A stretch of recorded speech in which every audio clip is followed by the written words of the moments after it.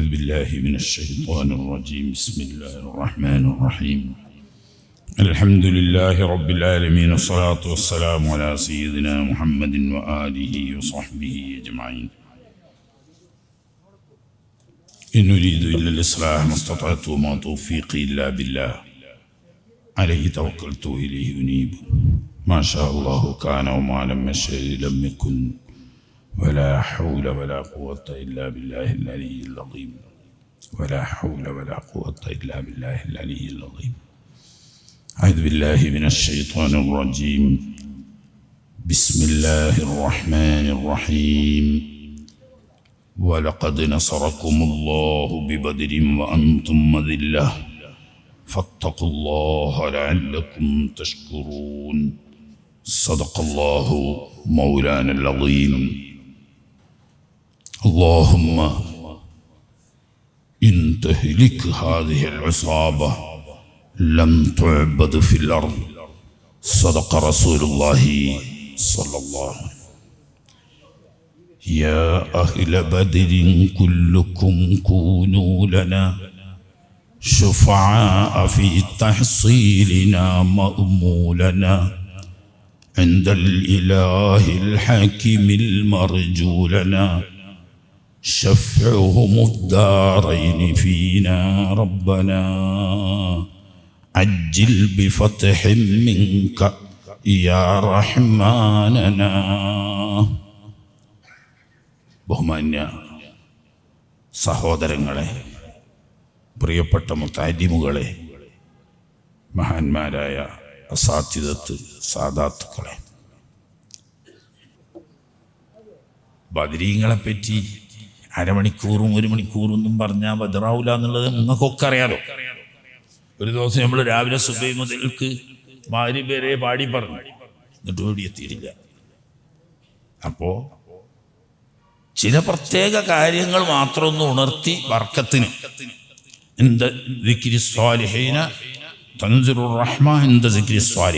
എന്ന് മഹാന്മാർ പഠിപ്പിച്ചതനുസരിച്ച് മഹത്തുക്കളെ പറയുന്ന സ്ഥലത്ത് അള്ളാഹുവിൻ്റെ റഹ്മത്തിറങ്ങും.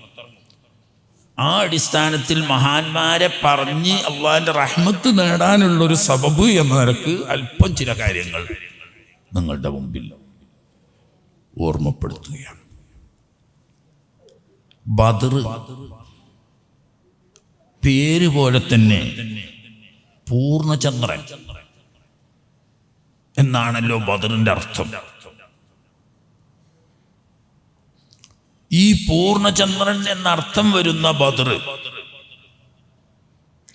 ആ സ്ഥലത്തിന് അങ്ങനെ ഒരു പേര് മുമ്പ് വരാൻ കാരണം അത് അവിടെ ഒരു കിണറുണ്ടായിരുന്നു, ആ കിണർ കുഴിച്ചിരുന്ന വ്യക്തിയുടെ പേരെങ്ങനെയായിരുന്നു എന്നൊക്കെ പറയുന്നുണ്ട്. പക്ഷേ അത് അല്ല പ്രധാനം. ബദറിൽ ഖിയാമത്ത് നാൾ വരെ സൂര്യാസ്തമയം മുതൽ സൂര്യോദയം വരെ മങ്ങാതെ നിലനിൽക്കുന്ന പൂർണ്ണചന്ദ്രൻ, അതുണ്ടാകുക 14,000 എന്നാണ്. പടിഞ്ഞാറ് സൂര്യോദിക്കുമ്പോ നോക്കിയാൽ കേക്ക് പൂർണ്ണചന്ദ്രൻ ഉദിച്ചിരിക്കും. ഇനി അത് സുബഹിയാൻ കൊടുത്താലും അസ്തമിക്കൂല. അങ്ങനെ പോയി വെളിച്ചം വയ്ക്കുമ്പോൾ നമുക്ക് കാണാതാകാം, ഉദിക്കുന്ന വരെ അത് കാണും. ഇരുട്ട് ഈ ലോകത്ത് നിന്ന് അകറ്റി ഈമാനിന്റെയും ഹിദായത്തിന്റെയും നൂറ് വലാലത്തിന്റെയും കുഫ്രിയത്തിന്റെയും ബിദ്അത്തിന്റെയും ദുലുമാത്തുകൾക്ക് മറയിടാൻ കഴിയാത്ത നിലക്ക് സൂര്യാസ്തമയം മുതൽ സൂര്യോദയം വരെ ഹിദായത്തിന്റെ നൂറ് തരാൻ പ്രത്യേകിച്ച് 14 ശുഹദാക്കളെ അല്ലാഹു തആല അന്ന് സൃഷ്ടിച്ചു. അപ്പൊ ഈ 14ഉം ഈ പൂർണ്ണചന്ദ്രനും തമ്മിൽ അഭേദ്യമായ ബന്ധമുണ്ട്.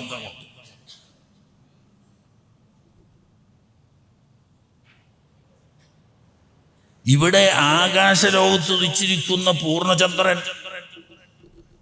ഇവിടെ രാത്രിയുടെ ഇരുട്ടിനെയാണ് നീക്കി വെളിച്ചം തരുന്നതെങ്കിൽ, ബഹുമാനപ്പെട്ട ബദരീങ്ങള് രാത്രിയുടെ ഇരുട്ടിനെ അല്ല നിൽക്കുന്നത്, നമ്മുടെ കൽബകത്ത് കേറിക്കൂടിയിരിക്കുന്ന വലാലത്തിന്റെ, ബിദ്അത്തിന്റെ, ഷിർക്കിന്റെ, കുഫറിന്റെ മാസിയത്തിന്റെ. അതുകൊണ്ടാണ് ദുലുമാത്ത് എന്ന് അല്ലാഹു തആല അതിനെപ്പറ്റി പരിചയപ്പെടുത്തിയത്.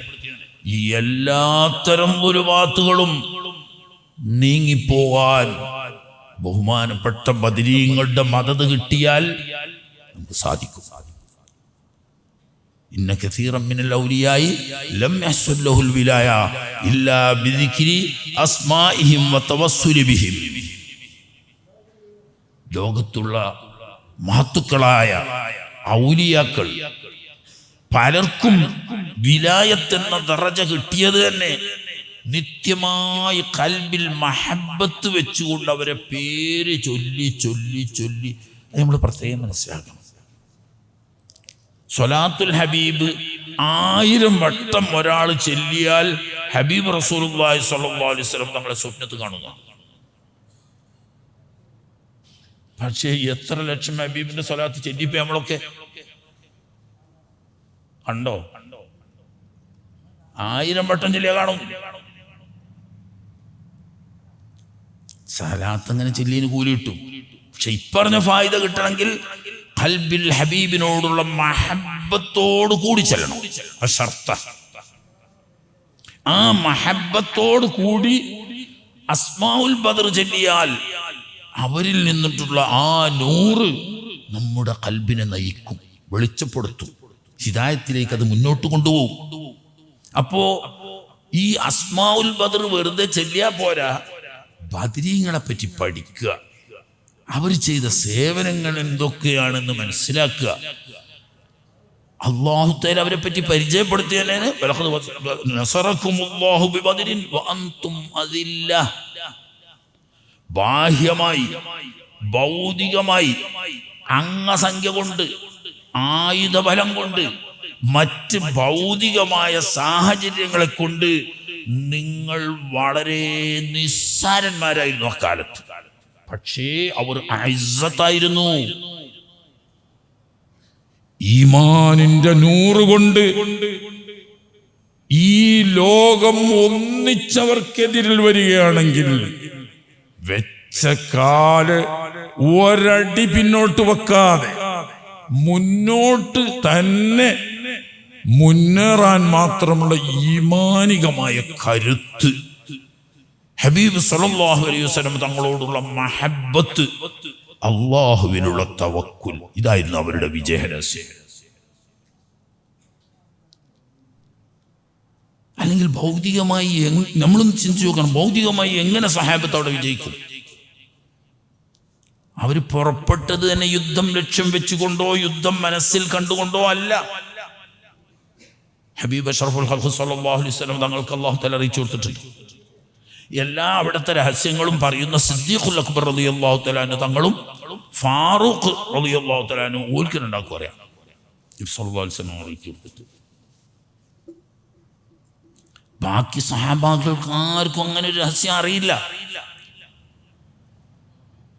അവരൊക്കെ പുറപ്പെട്ടത് മഹാനായ റസൂലുള്ളാഹി സ്വല്ലല്ലാഹു അലൈഹി വസല്ലം തങ്ങൾ തൗരിയത്ത് എന്ന നിലക്ക്, അത് കുട്ടിക്ക് അറിയുള്ളൂ, ഒരു ദ്വയാർത്ഥ പ്രയോഗ, തൗരിയത്ത് എന്ന നിലക്ക് അബൂ സുഫിയാനും കൂട്ടരും വലിയൊരു കച്ചവട സംഘവുമായിട്ട് മക്കയിൽ നിന്നിട്ട് പുറപ്പെട്ടിട്ടുണ്ട് എന്ന വിവരം കിട്ടിയത് കൊണ്ട് ആ കച്ചവടം ഒരു സാധാരണ കച്ചവടമല്ല.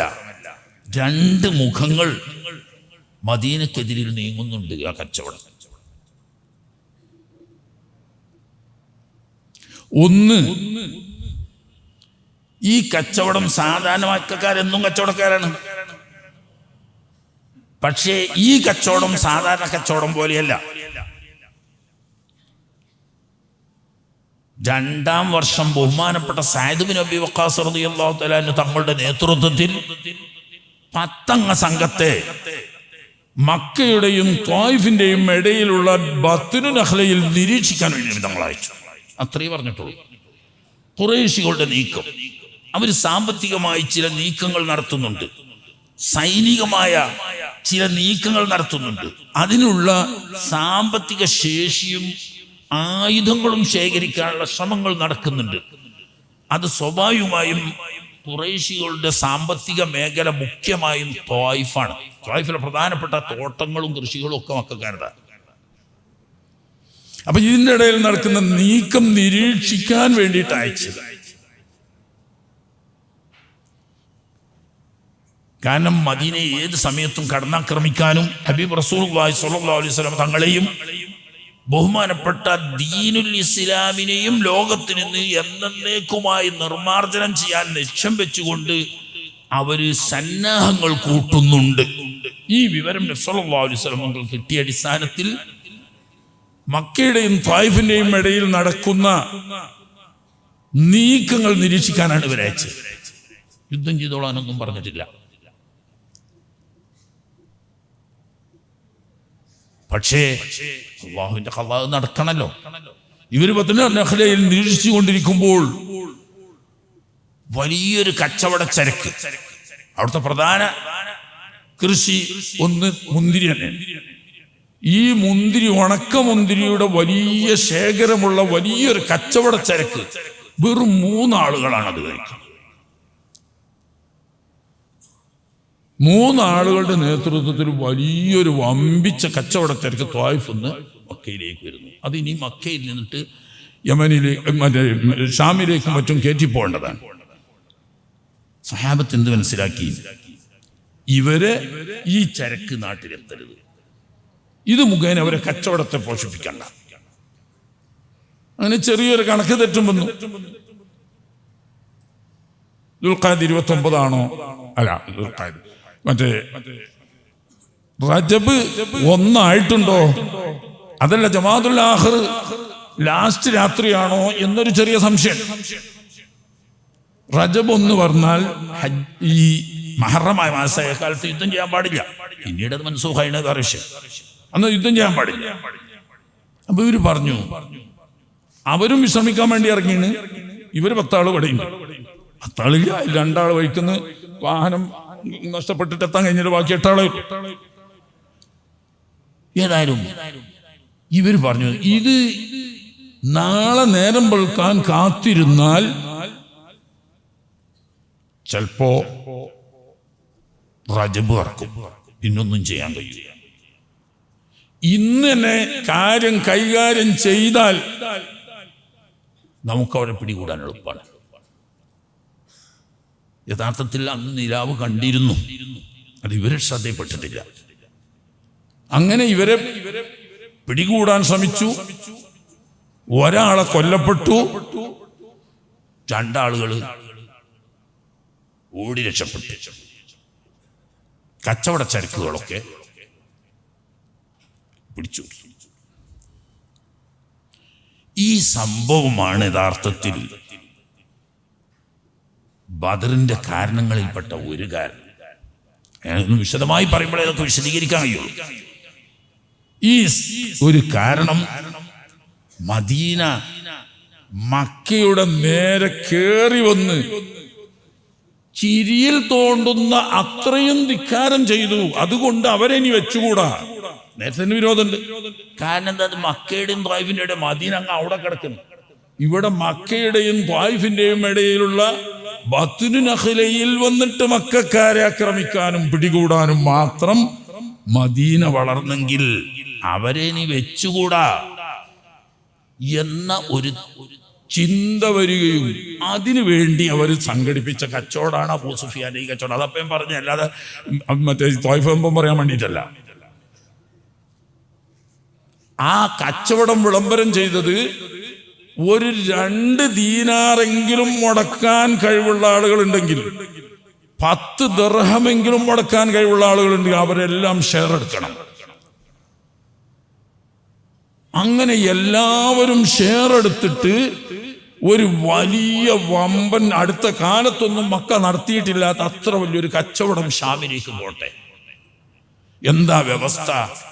കച്ചവടം കഴിഞ്ഞ് വലിയ ലാഭം സിദ്ധിച്ച് തിരിച്ചു വന്നാൽ മുടക്ക് മുതൽ മാത്രം കൊടുക്കും. 10 ദിർഹം കൊടുത്തോന് തിരിച്ച് 10 ദിർഹം കൊടുക്കും. 100 ദീനാർ കൊടുത്തോന് 100 ദീനാർ കൊടുക്കും. ലാഭം മുഴുവനും രാജ്യരക്ഷാ ഫണ്ടിലേക്ക് എന്ന് പറഞ്ഞാൽ മദീനയെ നശിപ്പിക്കാൻ വേണ്ടിയിട്ട്. നബി സല്ലല്ലാഹു അലൈഹി വസല്ലം തങ്ങളെയും ദീനുൽ ഇസ്ലാമിനെയും അതിൻ്റെ ആദ്യത്തെ രാഷ്ട്രമായ പരിശുദ്ധമായ മദീന ഷരീഫിനെയും ലോകത്തിൽ നിന്ന് നിർമ്മാർജ്ജനം ചെയ്യാൻ ലക്ഷ്യം വെച്ചുകൊണ്ടാണ് ഈ കച്ചവടം പോയത്. അതിൻ്റെ ലാഭം മുഴുവനും രാജ്യരക്ഷാ ഫണ്ടിലേക്ക്. എന്നാ നാട്ടുകാർക്ക് ഒരു നഷ്ടവുമില്ല. ഓരോ മുടക്കിയ കാശ് ഓൽക്കനിട്ടു. ഭീമമായി സംഖ്യ കൊണ്ട് കച്ചവടം ചെയ്യുമ്പോൾ സ്വാഭാവികമായും കിട്ടുന്ന ലക്ഷക്കണക്കിന്റെ ലാഭം, ആ ലാഭം കൊണ്ടിട്ട് രാജ്യരക്ഷാ ഫണ്ട് ഭദ്രമാക്കിയിട്ട് ആയുധങ്ങളും വാഹനങ്ങളും മറ്റു സൗകര്യങ്ങളും ഒരുക്കി മദീനയെ നശിപ്പിക്കണം. ഈ ന്യൂസാണ് നബി സല്ലല്ലാഹു അലൈഹി വസല്ലം കിട്ടുന്നത്. അപ്പൊ ഇതൊരു കച്ചവടം തടയൽ മാത്രമല്ല ലക്ഷ്യം. കച്ചവടം തടയണോ അത് വേറെ വിഷയമാണ്. രാജ്യത്തിന്റെ സുരക്ഷയ്ക്ക് ഭീഷണിയാവും ഒരു രാഷ്ട്രം എന്ന് തോന്നിയാൽ ആ രാഷ്ട്രത്തെ സാമ്പത്തികമായി ഉപരോധിക്കാൻ മറ്റേ രാഷ്ട്രത്തിന് ധാർമ്മികമായ അവകാശമുണ്ട് എന്നല്ല, ലോകനീതി പ്രകാരം അവകാശമുണ്ട്. അപ്പൊ മദീനയെ ഇല്ലായ്മ ചെയ്യാൻ ലക്ഷ്യം വെച്ചുകൊണ്ട് പുറപ്പെടുന്ന ഒരു ജനതയെ, ഒരു നാട്ടിനെ സാമ്പത്തിക ഉപരോധത്തിലൂടെ അവരെ ബുദ്ധിമുട്ടിക്കാനും അത് മുഖേന അവർക്ക് യുദ്ധത്തിന് വരാനുള്ള ധൈര്യം കുറക്കാനും അല്ലെങ്കിൽ ഇല്ലാതാക്കാനും നാട്ടിനെ സാമ്പത്തികമായി പ്രയാസപ്പെടുത്താനും സാധിക്കും. ഇത് ബുദ്ധിപരമായ അല്ലെങ്കിൽ സാമ്പത്തികമായ ഒരു യുദ്ധതന്ത്രം. ഈ തന്ത്രം അനുസരിച്ച് നബി സല്ലല്ലാഹു അലൈഹി വസല്ലം തങ്ങൾ ഇവർ വരുന്നുണ്ടെന്ന് വാർത്ത കേട്ടപ്പോൾ കുറച്ചാളുകൾ പുറപ്പെട്ടു. പക്ഷെ ഇവർ പുറപ്പെട്ട് നിജസ്ഥിതി അന്വേഷിക്കാൻ രണ്ടാളുകളെ പറഞ്ഞു വിട്ടിരുന്നു. അവർ വന്നിട്ട് പറഞ്ഞു അവർ കഴിഞ്ഞു പോയി. അബൂ സുഫിയാനും കൂട്ടരും പോയി. വഴിയിൽ കിട്ടാൻ ഒരു മാർഗവുമില്ല. അങ്ങനെ തിരിച്ചു പോന്നു. ഇതൊന്നും വിശദമായി പറയേണ്ടതാണ്, സമയമില്ലാത്തതുകൊണ്ട് ഞാൻ ചുരുക്കി പറയാം. ചുരുക്കത്തിൽ ഈ കച്ചവട സംഘം കച്ചവടം കഴിഞ്ഞു വിജയകരമായി വമ്പിച്ച ലാഭത്തോടുകൂടി തിരിച്ചു വരുന്നുണ്ട് എന്ന വാർത്ത വീണ്ടും കിട്ടി നബി സല്ലല്ലാഹു അലൈഹി വസല്ലം. ഇത് രണ്ടാമത്തെ വാർത്ത. ഈ വാർത്ത കിട്ടിയപ്പോൾ നബി സല്ലല്ലാഹു അലൈഹി വസല്ലം അപ്പൊ അവിടെ കൂടിയിരുന്ന സഹാബത്തിനോട് പറഞ്ഞു, അബൂ സുഫിയാനും കൂട്ടരും അവർ ലക്ഷ്യം വെച്ച് പോയ കച്ചവടം വിജയകരമായി പൂർത്തിയാക്കി വമ്പിച്ച ലാഭത്തോടുകൂടി തിരിച്ചു വരുന്നുണ്ട്. ഉടനെ സ്ഥലത്തുള്ള ആളുകൾ ഉള്ള സൗകര്യം വെച്ചിട്ട് പെട്ടെന്ന് പുറപ്പെട്ടാൽ ഒരു പക്ഷേ അവരെ തടയാൻ നമുക്ക് പറ്റിയെന്ന് വരും. നമ്മൾ തടയുന്നോ അങ്ങനെ തടയാൻ പറ്റുന്നു നബി സല്ലല്ലാഹു അലൈഹി വസല്ലം തങ്ങൾ പറഞ്ഞു. ലഅല്ലല്ലാഹ യുനഫിലുകുമൂഹും, ആ കച്ചവട സംഘത്തെ അല്ലാഹു തആല ഒരു പക്ഷേ നിങ്ങൾക്ക് ഗനീമത്തായി തന്നിരിക്കും. അപ്പം മേലെ മദീന സ്വൻഹിൽ 4 കിലോമീറ്റർ പോയാൽ മതി. സ്വൻഹിൽ വാഹനങ്ങളുണ്ട്, ഞങ്ങൾ അവിടെ പോയി കൊണ്ടുവരാറിന് അതിൻ്റെ ഒന്നും ആവശ്യമില്ല. ഇവിടെ ഉള്ളോര് പോരാ, ഇപ്പോൾ ഉള്ളോര്. അങ്ങനെയാണ് 300 ചില്ലാനും സഹാബത്ത് അവിടെ ഉണ്ടായിരുന്ന അൻസാറുകളും മുഹാജിറുകളുമാവുന്ന 300 ചില്ല. അന്ന് 300 അല്ല മദീനത്ത് മോമിനീങ്ങളുള്ളത്. പക്ഷെ അങ്ങനെ വിളംബരം ചെയ്ത് ആളൊരുമിച്ച് കൂട്ടി പോകാനൊരു സമയമില്ല. പെട്ടെന്ന് ഇതിൻ്റെ ഇതിന് പിന്നിൽ അപ്പൊ അള്ളാഹുവിന്റെ റസൂലിനെ അറിയില്ല യുദ്ധം നടക്കുന്നത് ആണ്. നബി സല്ലല്ലാഹു അലൈഹി വസല്ലം അല്ലാഹു തആല വിവരിച്ചിട്ടുണ്ട്. അതുകൊണ്ട് എല്ലാ രഹസ്യങ്ങളും മുഷാവറ ചെയ്യുന്ന സിദ്ദീഖിനും ഫാറൂഖിനും അറിയിച്ചു കൊടുത്താണ്. പക്ഷെ ഇതൊരു അത്ഭുതമാകണം, ലോകത്തിന് തിരിച്ചതുകൊണ്ടാണ് ബദറിനെ പറ്റി അല്ലാഹു തആല പറഞ്ഞു യൗമുൽ ഫുർഖാൻ. ഏത് സാമാന്യ ബുദ്ധിയുള്ള ഒരാൾക്കും നിഷ്പക്ഷമായി ചിന്തിക്കുന്ന ഏതൊരു വ്യക്തിക്കും ഇന്നതാണ് സത്യമെന്നും ഇന്നതാണെന്ന് ബാത്തിലെന്നും ഇന്നവർക്കാണ് അള്ളാഹുവിന്റെ പിന്തുണയും സഹായവുമെന്നും ഇന്ന കൂട്ടർക്ക് അള്ളാഹുവിന്റെ പിന്തുണയും സഹായവും ഇല്ല എന്ന കാര്യം ഏതൊരു ബുദ്ധിജീവിക്കും മനസ്സിലാവുന്ന നിലയിൽ അത്ഭുതകരമായി. അല്ലെങ്കിൽ ഇപ്പൊ മദീനത്തിലുള്ള 100-200 ആളുകൾ അല്ലെങ്കിൽ 10,000 ആളുകളൊക്കെ സംഘടിപ്പിക്കാൻ കഴിയില്ലെങ്കിൽ 700-750 ആളൊക്കെ സംഘടിപ്പിക്കാൻ കഴിയും. ആയുധങ്ങളും ഒരുക്കങ്ങളും തയ്യാറെടുപ്പുകളോടുകൂടി അവര് പോയി. അല്ലെങ്കിൽ തന്നെ നൂറ്റാണ്ടുകളോളം യുദ്ധം ചെയ്ത് യുദ്ധത്തിൽ പാരമ്പര്യം തെളിയിച്ച അറബി ഗോത്രമാണ് ഔസുമുദ്രജു. അവർക്കൊരു കുലത്തൊഴിൽ പോലെ നിത്യസംഭവമാണത്. അവർക്ക് യുദ്ധം എന്ന് പറഞ്ഞ ഒരു പ്രശ്നമല്ല. അപ്പൊ അവർ ഒരുങ്ങി തയ്യാറായി ആയുധങ്ങളും വാഹനങ്ങളും സൗകര്യങ്ങളും ഒരുക്കി ഒരു 10-700 ആള് അങ്ങോട്ട് പോയി, അല്ലെങ്കിൽ വേണ്ട ഒരു 100-500 ആളാണ് പോയി. എന്താ നല്ല ശക്തരായ സർവസജ്ജരായ രണ്ട് സൈന്യങ്ങൾ തമ്മിൽ ഏറ്റുമുട്ടുമ്പോൾ സ്വാഭാവികമായും ഒരു കൂട്ടർ തോൽക്കും, ഒരു കൂട്ടർ ജയിക്കും. അതിലൊരു പുതുമയില്ല, അത് നാട്ടിലെ നിത്യസംഭവമാണ്. പക്ഷെ അങ്ങനെയാവുമ്പോ യൗമുൽ ഫുർഖാൻ തിരിയില്ല. ഇത് അള്ളാഹുവിന്റെ നേരിട്ടുള്ള സഹായമാണ് എന്ന് ഏതൊരു മനുഷ്യനും മനസ്സിലാവുന്ന നിലക്ക് അള്ളാഹിന്റെ ഹബീബ് പറയുന്ന വാക്ക് അക്ഷരം പ്രതി ഈ ലോകത്ത് അള്ളാഹു പുലർത്തി കാണിച്ചുകൊണ്ട് അള്ളാഹിന്റെ ഹബീബ് അള്ളാഹുവിന്റെ കൽപ്പന പ്രകാരമാണ് ചെയ്യുന്നതെന്നും അതാണ് ഹക്ക് എന്നും ഏതൊരു സാധാരണക്കാരനും മനസ്സിലാവും. അതുകൊണ്ടാണ് തയ്യാറെടുപ്പൊന്നും നിർത്താതെ എത്രയുണ്ടായി എന്ന 313 ആളുകളാണ് ബദരീങ്ങൾ. എണ്ണിയപ്പോൾ 313 ഉണ്ടാണോ? അതുകൊണ്ട് നബി സല്ലല്ലാഹു അലൈഹി വസല്ലം ഞങ്ങൾ എണ്ണാൻ കൽപ്പിച്ചപ്പോൾ എണ്ണിയൊക്കെ 313 ഉണ്ടായപ്പോൾ നബി സല്ലല്ലാഹു അലൈഹി വസല്ലം വലിയ സന്തോഷമായി. കാരണം ജാലൂത്തിനോട് യുദ്ധം ചെയ്യാൻ വേണ്ടി 10,000-കണക്കിന് ബനീ ഇസ്രായേൽക്കാര് തോലൂത്ത് രാജാവിന്റെ കൂടെ പോയി. അവസാനം ലക്ഷണം കെട്ട ആ വർഗം പുഴയിൽ നിന്നിട്ട് കൈ കൊണ്ട് ഒരു കോരൽ വെള്ളം മാത്രമേ കുടിക്കാവൂ, അല്ലാതെ കുടിച്ചാൽ എൻ്റെ കൂടെ പോരാൻ കഴിയൂലെന്ന് പറഞ്ഞപ്പോ ഈ 10,000-കണക്കിന് ആളുള്ളവർ മുഴുവനും ഇഷ്ടം പോലെ മോന്തി കുടിച്ചു. പക്ഷെ ഈമാൻ കാമിലായ യഥാർത്ഥ മോമിനീങ്ങളായ 313 ആളുകൾ 2 കൈ കൊണ്ട് വെള്ളം ഇങ്ങനെ കോരിയിട്ട് ഒറ്റ, അവരുടെ ദാഹത്തിനും വിശപ്പിനും ക്ഷീണത്തിനും ഒക്കെ അത് മതിയായിരുന്നു. അവരുടെ ഈമാനാണ്. ഇത് കഴിഞ്ഞു നോക്കുമ്പോൾ പുഴ അക്കരെ കടന്നാൽ ബാക്കിയുള്ളവർ മുഴുവനും പറഞ്ഞു ലാ താഖത ലനൽ യൗമ ബിജാലൂത വജുനൂദിഹി. നമ്മളോട് കഴിയൂല, ജാലൂത്ത് രാജാവിനോടും സൈന്യത്തോടും യുദ്ധം ചെയ്യാൻ നമ്മളോട് കഴിയൂല. എല്ലാവരും പിന്മാറി. ഈ 313 ആളുകൾ കമ്മിൻ ഫിയത്തിൻ ഖലീലത്തിൻ ഗലബത് ഫിയത്തൻ കസീറത്തൻ ബിഇദ്നില്ലാഹ്.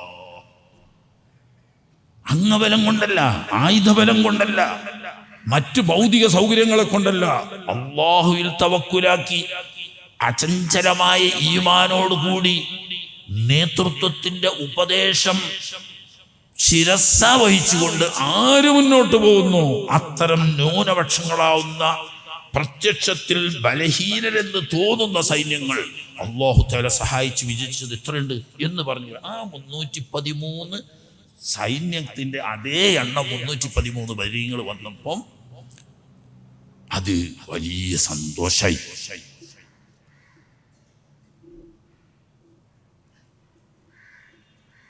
പുറപ്പെട്ടു. അപ്പോഴും യുദ്ധത്തിന്റെ കാര്യം ആരും പറഞ്ഞിട്ടില്ല. നബി സല്ലല്ലാഹു അലൈഹി വസല്ലം തങ്ങളും സഹാബത്തും ആകെ 70 ഒട്ടകമുള്ളത്. 300 ചില്ലാൻ ആളുണ്ടെങ്കിൽ 70 ഒട്ടകം. യാത്രക്ക് 3 ആള് ഒരൊട്ടകം, ചിലര് 4 ആള് ഒരൊട്ടകം മാറി മാറിയാണ് ഉപയോഗിച്ചത്. ഇപ്പോഴത്തെ കണക്കനുസരിച്ച് 150 കിലോമീറ്റർ പോരണം അതിർക്ക്. ഇന്നത്തെ ഈ സൗകര്യമില്ല. മലയും കുന്നും കേറി ഇറങ്ങി വേണം പോകാൻ. കല്ലും മുള്ളും ചവിട്ടി മലയും കുന്നും കേറി ഇറങ്ങി. അന്നത്തെ സൗകര്യത്തിന് ഒരു 200 കിലോമീറ്റർ ദൂരം വരുന്ന ദൂരം ഇന്നത്തെ സ്ട്രീറ്റ് റോഡല്ലാന്ന്. അത് നടന്നു പോവാണ്. 4 ആൾ ഒന്നിച്ച് കേറല്ല. ഒരാൾ കേറിയാൽ അടുത്ത ആള് നടക്കുകയാണ്. അയാൾ ഊഴം കഴിഞ്ഞാൽ മറ്റേ ആൾ കയറി, മറ്റേ ആൾ നടക്കുകയാണ്. ഇങ്ങനെ ഹബീബ് അഷ്റഫുൽ ഖൽഖ് സ്വല്ലല്ലാഹു അലൈഹി വസല്ലം തങ്ങളും ബഹുമാനപ്പെട്ട ഇമാം അലി ഇബ്നു അബീ ത്വാലിബ് റളിയല്ലാഹു തആല അൻഹു തങ്ങളും ബഹുമാനപ്പെട്ട സെയ്ദ് ബിൻ ഹാരിസ റളിയല്ലാഹു തആല അൻഹു തങ്ങളും ഒരൊട്ടകപ്പുറത്ത്. സെയ്ദ് ബിൻ ഹാരിസത്ത് അക്കാലത്ത് പോറ്റുമകനാ. പിന്നീട് അല്ലാഹു തആല പോറ്റുവാൻ എന്നുള്ള ആ തസ്തിക എടുത്തു കളഞ്ഞു. 3 ആളോടി കയറല്ല. ഹബീബ് അഷ്റഫുൽ ഖൽഖ് സ്വല്ലല്ലാഹു അലൈഹി വസല്ലം ഒരു ഊഴം കഴിഞ്ഞ് ഇറങ്ങാൻ പോകുമ്പോൾ അലിയാരും പറഞ്ഞു, സെയ്ദ് റളിയല്ലാഹു അൻഹു പറഞ്ഞു, പിന്നെ മാറിയിട്ട് അങ്ങോട്ടും ഇങ്ങോട്ടും മാറുന്നില്ല. ആ സമയത്ത് പോലും 3 ആളാ. നബിയേ തങ്ങൾ ഇറങ്ങണ്ട, ഞങ്ങൾ നടന്നോളാം. അലിയാർ പറഞ്ഞു, നിന്റെ ഊഴം നിങ്ങൾ വാഹനം കയറിക്കോളി, ഞാൻ നടന്നോളാം, അങ്ങക്ക് വേണ്ടി.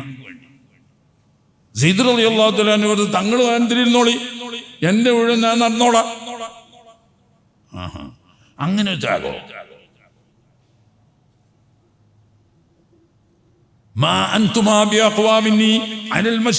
തങ്ങൾ പറഞ്ഞ മറുപടിയാ, നിങ്ങൾ രണ്ടാളും ചെറുപ്പക്കാരാണ്, പറഞ്ഞിട്ട് തരില്ല.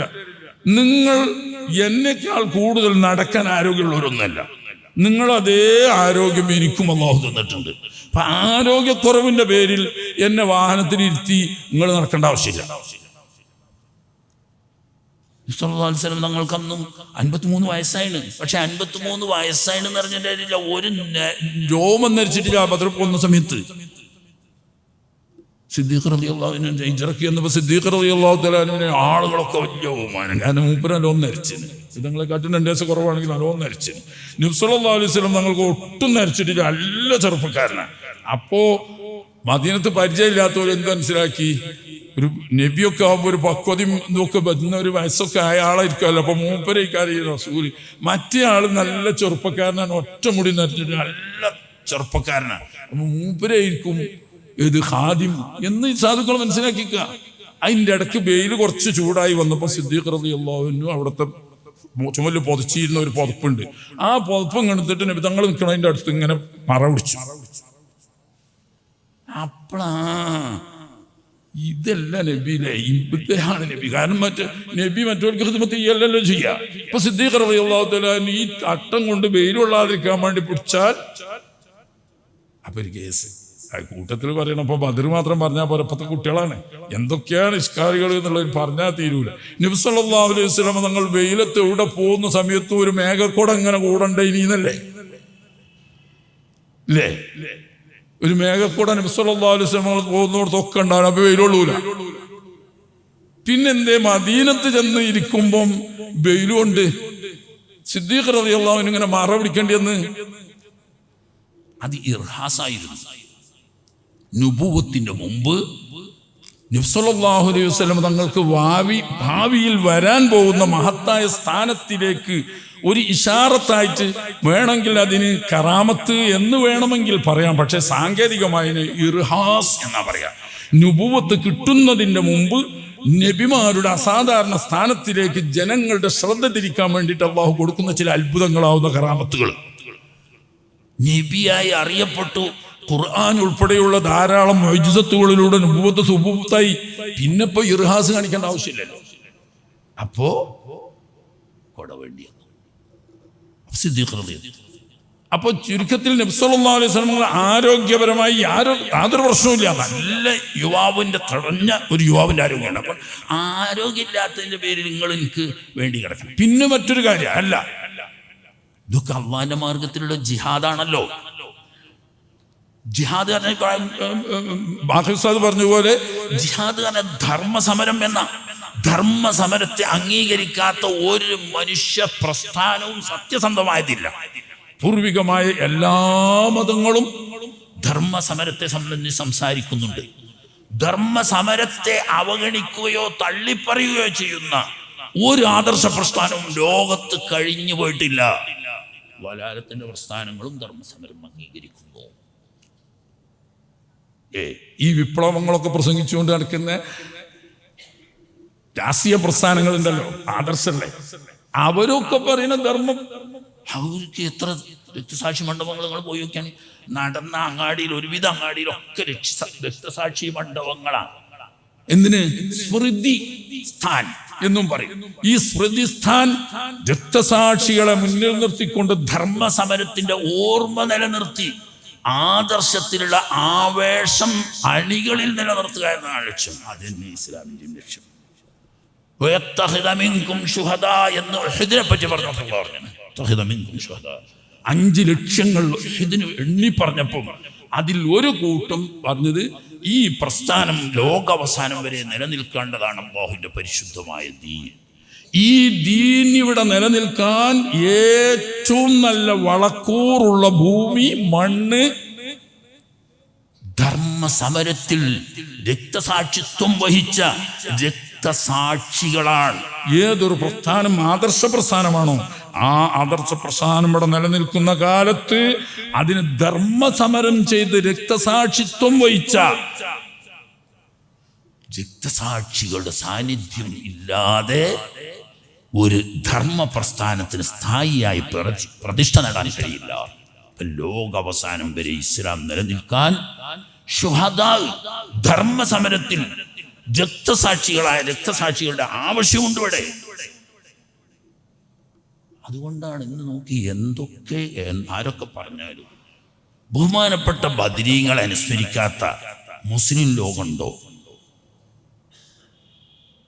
ആ ഒരു ആവേശം നമ്മളെ യഥാർത്ഥ ഇസ്ലാമിലേക്ക് നമ്മളെ കണ്ണു തുറപ്പിക്കുന്നു. ഇസ്ലാമിന്റെ ആദ്യ കാലത്ത് ഹബീബ് സല്ലല്ലാഹു അലൈഹി വസല്ലം തങ്ങളും അവിടുത്തെ സഹാബത്തും അനുഷ്ഠിച്ച ത്യാഗങ്ങളും കഷ്ടനഷ്ടങ്ങളും അള്ളാഹുവിന് അവർ സ്വന്തം തന്നെ സമർപ്പിച്ച ആ സമർപ്പണവുമൊക്കെ നമ്മുടെ മനസ്സിലേക്ക് കയറി വരുമ്പോൾ ഇസ്ലാമിനോടുള്ള ബഹുമാനം, ഈമാനിനോടുള്ള ഉറപ്പ് അത് നമ്മുടെ കൽബിൽ വർദ്ധിച്ചു വരികയാണ്. ഈ പ്രസ്ഥാനം നിലനിൽക്കണമെങ്കിൽ തന്നെ ശുഹദാ വേണം. അപ്പോ ഈ ധർമ്മ സമരത്തിന് പുറപ്പെട്ട ഈ മഹാന്മാർ, പക്ഷേ അവരപ്പോൾ അതറിയില്ല. അതിന്റെ കാരണം അത് രാജ്യരക്ഷയുമായി ബന്ധപ്പെട്ട രഹസ്യങ്ങൾ പബ്ലിക്കിൽ പുറത്തുവിടാൻ പാടില്ല. അത് കമാൻഡർമാർക്ക് മാത്രമേ അറിയൂ, അല്ലാത്ത ജവാന്മാർക്ക് അറിയില്ല. കാരണം എന്തുകൊണ്ട്? അതിൻ്റെ ഇടയിലൊക്കെ ചിലപ്പോൾ ചാരന്മാരുണ്ടാവും. സത്യം തുറന്നു പറഞ്ഞാൽ അടുത്ത നിമിഷത്തിൽ അത് ചോർന്ന് ശത്രുവിന്റെ മുന്നിൽ ഈ രഹസ്യം കിട്ടും. അതുകൊണ്ട് ഹബീബ് റസൂലുള്ളാഹി സ്വല്ലല്ലാഹു അലൈഹി വസല്ലം തങ്ങൾ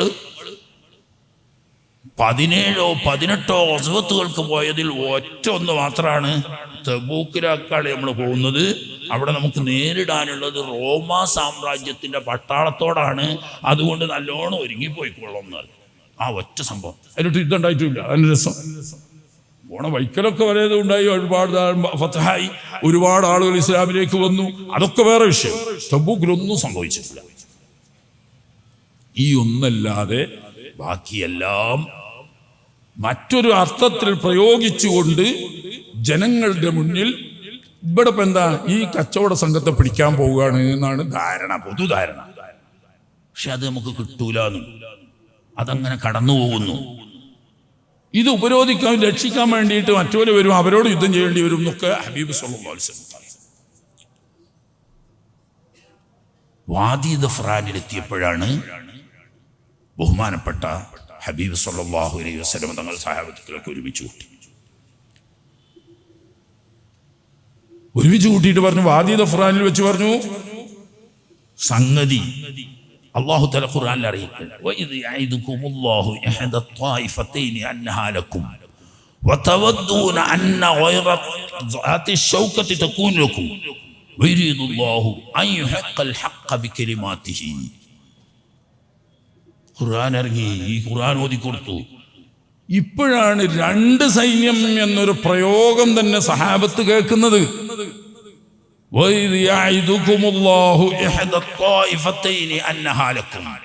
രണ്ട് കക്ഷികളിൽപ്പെട്ട രണ്ടാലൊന്ന് നിങ്ങൾക്ക് അള്ളാഹു തന്നിരിക്കും. അത് അള്ളാഹുവിന്റെ കരാറാണ്.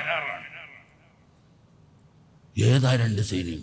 അബൂ സുഫിയാന്റെ നേതൃത്വത്തിൽ കച്ചവടം കഴിഞ്ഞു വരുന്ന കേവലം 30 അല്ലെങ്കിൽ 40, ഏറെ പറഞ്ഞ ഒരു രൂപത്തിൽ 70 എന്നും പറഞ്ഞിട്ടുണ്ട്. ഈ 30 ആളുകൾ അല്ലെങ്കിൽ പരമാവധി പറഞ്ഞാൽ 70 ആളുകളുള്ള കച്ചവട സംഘത്തെ പിടികൂടാൻ വെറും കയ്യോടെ പോയാൽ പോരെ 100 ആളുകൾക്ക്. ഒരു പട്ടാളക്കാരൊന്നും അല്ലല്ലോ, കച്ചവടക്കാരല്ലേ. ചുറ്റുമാവും ഇങ്ങനെ വളഞ്ഞെന്നാൽ ഈ 30 ആളെ അല്ലെങ്കിൽ ഈ 70 തന്നെ ഉണ്ട് കൂട്ടിക്കോ. ഈ 70 ആളുകൾ 313 ആളെ മുന്നിൽ എന്താ ചെയ്യുക? ഒന്നും ചെയ്യാൻ കഴിയില്ല. അതുകൊണ്ട് തന്നെ ഒരു ആയുധം കാര്യങ്ങളും ഒരിക്കൊന്നും എടുത്തിട്ടുമില്ല. ഇപ്പൊ കേൾക്കുന്നത് അങ്ങനെയല്ല.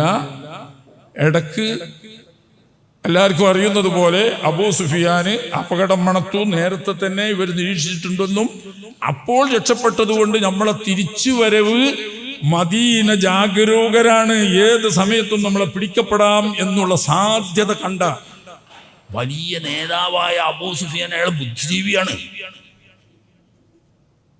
ഈ നിരീക്ഷിച്ച് ആളുകളെയും ഓരോ ഗ്രാമങ്ങളെയും നിരീക്ഷിച്ചു വരുന്ന കൂട്ടത്തിൽ ബദറിന്റെ സമീപത്തെത്തിയപ്പോ ഇയാൾ അവിടുത്തെ ഒരു ഗോത്രത്തലവനോട് ചോദിച്ചു, ഇവിടെ അപരിചിതരായ വല്ലവരും വന്നിട്ടുണ്ടോ?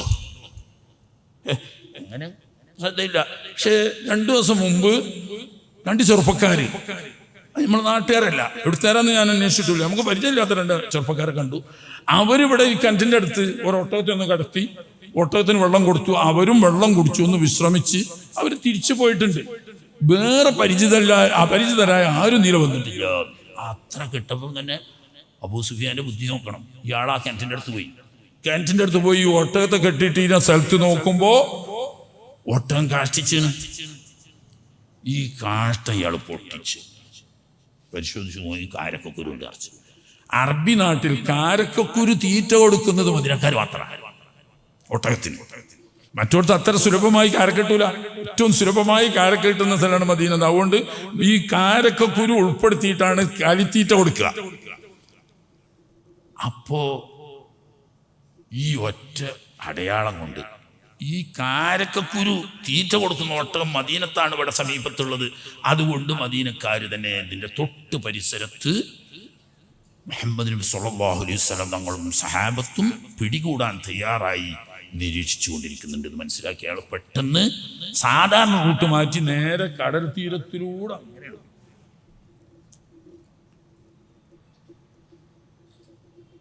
പക്ഷെ ഇയാൾ എന്ത് ചെയ്തു?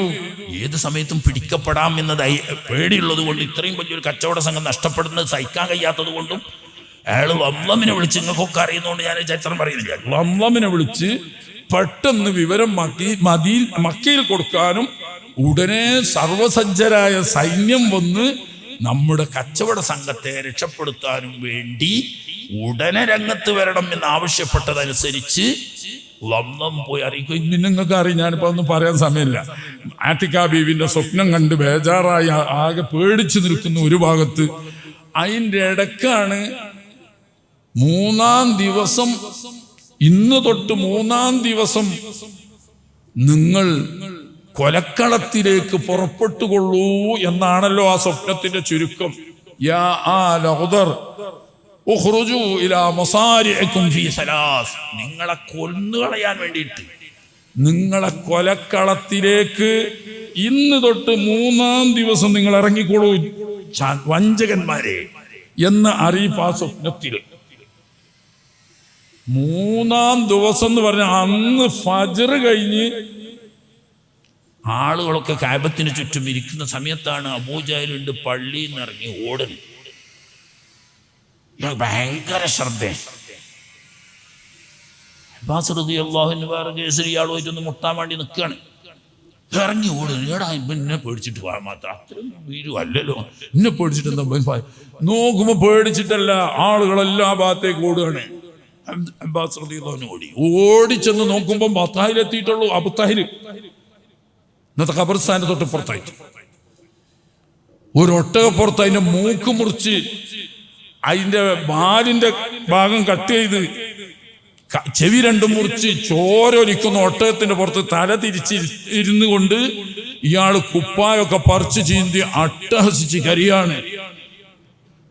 മുഹമ്മദും മദീന നിവാസികളും നമ്മളെ കച്ചവട സംഘത്തെ തടയാൻ വന്നിരിക്കുന്നു, അവർ പിടികൂടിയിട്ടുണ്ടെന്ന് തന്നെയാണ് എൻ്റെ ധാരണ. അതിൽ നിന്നിട്ട് ഒരു കാശും നിങ്ങൾക്ക് തിരിച്ചു കിട്ടുമെന്ന് പ്രതീക്ഷിക്കണ്ട, വേണമെങ്കിൽ ഉടനെ പുറപ്പെട്ടുകൊള്ളണം. ഈ വാർത്ത കേട്ടുകൊണ്ടാണ് അവർ പുറപ്പെടുന്നത്. അങ്ങനെ സർവസജ്ജരായ 1300 ചില്ലാനം ആളുകൾ മക്കയിൽ നിന്നിട്ട് പുറപ്പെട്ടു. ഞാനത് വിശദീകരിച്ച് പറയാൻ സമയമില്ല. പുറപ്പെട്ട് വഴിയിൽ കുറച്ചെത്തിയപ്പോക്ക് അബൂ സുഫിയാൻ അയാളെ തന്ത്രം കൊണ്ട് കടപ്പുറത്ത് വഴി അങ്ങനെ പോയിട്ട് മക്കത്തെത്തി കച്ചവട ചരക്കൊക്കെ ഭദ്രമായി മക്കയിൽ എത്തിച്ച് ഉടനെ ഒരു ഭൃത്യനെ വിളിച്ചൊരു കത്തുമായിട്ട് അബൂജഹലിന്റെ അടുത്തേക്ക് പറഞ്ഞയച്ചു. ഒന്നും സംഭവിച്ചിട്ടില്ല, നമ്മുടെ കച്ചവട സംഘവും നമ്മുടെ ധനവും എല്ലാം സുരക്ഷിതമായി നമ്മുടെ നാട്ടിലെത്തിയിട്ടുണ്ട്. ഇപ്പോൾ നിങ്ങൾ തിരിച്ചു പോരുകയാണ് വേണ്ടത്, ഇനി അങ്ങോട്ട് പോണ്ട, ഇനി അങ്ങോട്ട് പോണ്ട, തിരിച്ചു പോന്നാളി. ഈ ചർച്ചയായി എന്താ വേണ്ടത്, എന്താ വേണ്ടത് ചർച്ച ചെയ്ത് നോക്കുമ്പോ കുറച്ചാളുകൾ വരെ നമ്മൾ പോകണ്ട, വെറുതെ പോയിട്ട് എന്താ. കുറച്ചാളുകൾ അങ്ങനെയല്ല, നമ്മൾ പോണം, മദീനയോട് നേരിടാനല്ല, അറബികളുടെ ഇടയിൽ നമുക്കൊരു പേരും പെരുമയുമുണ്ട്, ഒരു ആദരവും അംഗീകാരവും ഉണ്ട്. അത് നഷ്ടപ്പെടും, അത് തിരിച്ചു പിടിക്കണം. ഇവർക്ക് വലിയൊരു പേരുണ്ട് അറബികളുടെ ഇടയിൽ, എന്തും അറബികളുടെ ഇടയിൽ. എന്താ വെച്ചാൽ മക്കക്കാര് എന്ന് പറഞ്ഞാൽ അഹ്ലുല്ലാ ആണ്, അള്ളാന്റെ സ്വന്തക്കാരാണ്. എന്താ കാരണം?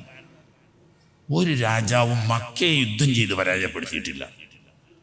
മക്കയെ യുദ്ധം ചെയ്ത് പരാജയപ്പെടുത്താൻ വേണ്ടിയിട്ട് ഉദ്ദേശിച്ചു വന്ന രാജാവിനെ പോലും അല്ലാഹു തആല ഗുരുതരമായ രോഗം ബാധിച്ച് അവസാനം കഅബ ശരീഫിനെ കില്ലണിയിച്ച് 300 ഒട്ടകങ്ങളെ അറുത്ത് ദാനം ചെയ്യിച്ചിട്ടാണ് പറഞ്ഞയച്ചത്. അവസാനം അബ്രഹത്ത് ആനപ്പടയോടുകൂടി 10,000 സൈന്യങ്ങളുള്ള അബ്രഹത്തിന്റെ സൈന്യം യമനിൽ നിന്ന് പുറപ്പെട്ട് മക്ക വരെ നേരിട്ട് എല്ലാ ഗോത്രങ്ങളെയും തകർത്ത് തരിപ്പണമാക്കി മക്കയിലെത്തി. അതിർത്തി കയറിയിട്ടില്ല, ഹറമിന്റെ അതിർത്തിയുടെ പുറത്തെത്തിയിട്ടുള്ളൂ. അവിടെ എത്തിയപ്പം അല്ലാഹു സുബ്ഹാനഹു വ തആല ഖുറൈശികൾക്ക് വേണ്ടി, മക്കക്കാർക്ക് വേണ്ടി അല്ലാഹു യുദ്ധം ചെയ്തു. ഒന്ന്, ആന എന്തായാലും ഹറമ് കടക്കൂല, എവിടേക്ക് തൊളിച്ചാലും പോകും, ഹറമുക്ക് കടക്കൂല. പഠിച്ച പണി 18 പറ്റിയിട്ടും ഹറമിൽ കയറ്റാൻ ആനയെ കഴിഞ്ഞില്ല. ഇതെന്തോ ഒരു തടച്ചിൽ തന്നെയാണെന്ന് ഒരു മനസ്സിലാക്കി. പക്ഷേ അതുകൊണ്ടും അവസാനിപ്പിച്ചില്ല അല്ലാഹു തആല. ഈ കടലിന്റെ ഭാഗത്ത്, ജിദ്ദയുടെ കടലിന്റെ ഭാഗത്ത് നിന്ന് കുരുവി പക്ഷികളെ പോലെയുള്ള അബാബീൽ എന്ന് പറയുന്ന ഒരു പക്ഷിയുടെ മുന്നിൽ ഒരു കൂട്ടം പക്ഷികൾ പറന്നു വന്നുകൊണ്ട് ഈ ആനകളെയും പടയാളികളെയും ഒന്നിച്ച് ചുടുകട്ട കൊണ്ട് തലയിലിട്ട് അത് പിന്ദ്വാരത്തിലൂടെ വന്തുരുകി പുറത്തു പോകുന്ന ഒറ്റൊന്ന് ബാക്കിയാകാതെ ജീവൻ പോയി. അബ്രഹത്ത് ഒഴിച്ച്. അബ്രഹത്തിനും കൊണ്ടിരുന്നു, പക്ഷേ അയാള് കുഷ്ഠം ബാധിച്ചതുപോലെ ഓരോ വിരലിന്റെ കണിപ്പുകൾ, കയ്യിന്റെ കാലിന്റെ മുട്ടിങ്ങനെ പോയിട്ട് യമനിൽ തിരിച്ചെത്തുമ്പോഴേക്ക് കയ്യും കാലുമില്ലാത്ത ഒരു പക്ഷിക്കുഞ്ഞിനെ പോലെയായി അവിടെ എത്തിയിട്ട് അയാൾ മരിച്ചു. ഇത് അറബി ലോകത്തെല്ലാം പ്രസിദ്ധമായി. ഖുറൈശികളോട് എതിർക്കാൻ വന്നാൽ അള്ളാഹു നേരിടും. അള്ളാഹുവിന്റെ സ്വന്തം ആളുകളാണ്. ഈ ഒരു അത് നബി സല്ലല്ലാഹു അലൈഹി വസല്ലം തങ്ങളുടെ ജനനത്തിന് 51 ദിവസം മുമ്പാണ് ഖുറൈശികളുടെ വർക്കത്തിന് ഇതല്ലാതെ ഹബീബ് സല്ലല്ലാഹു അലൈഹി വസല്ലം തങ്ങൾ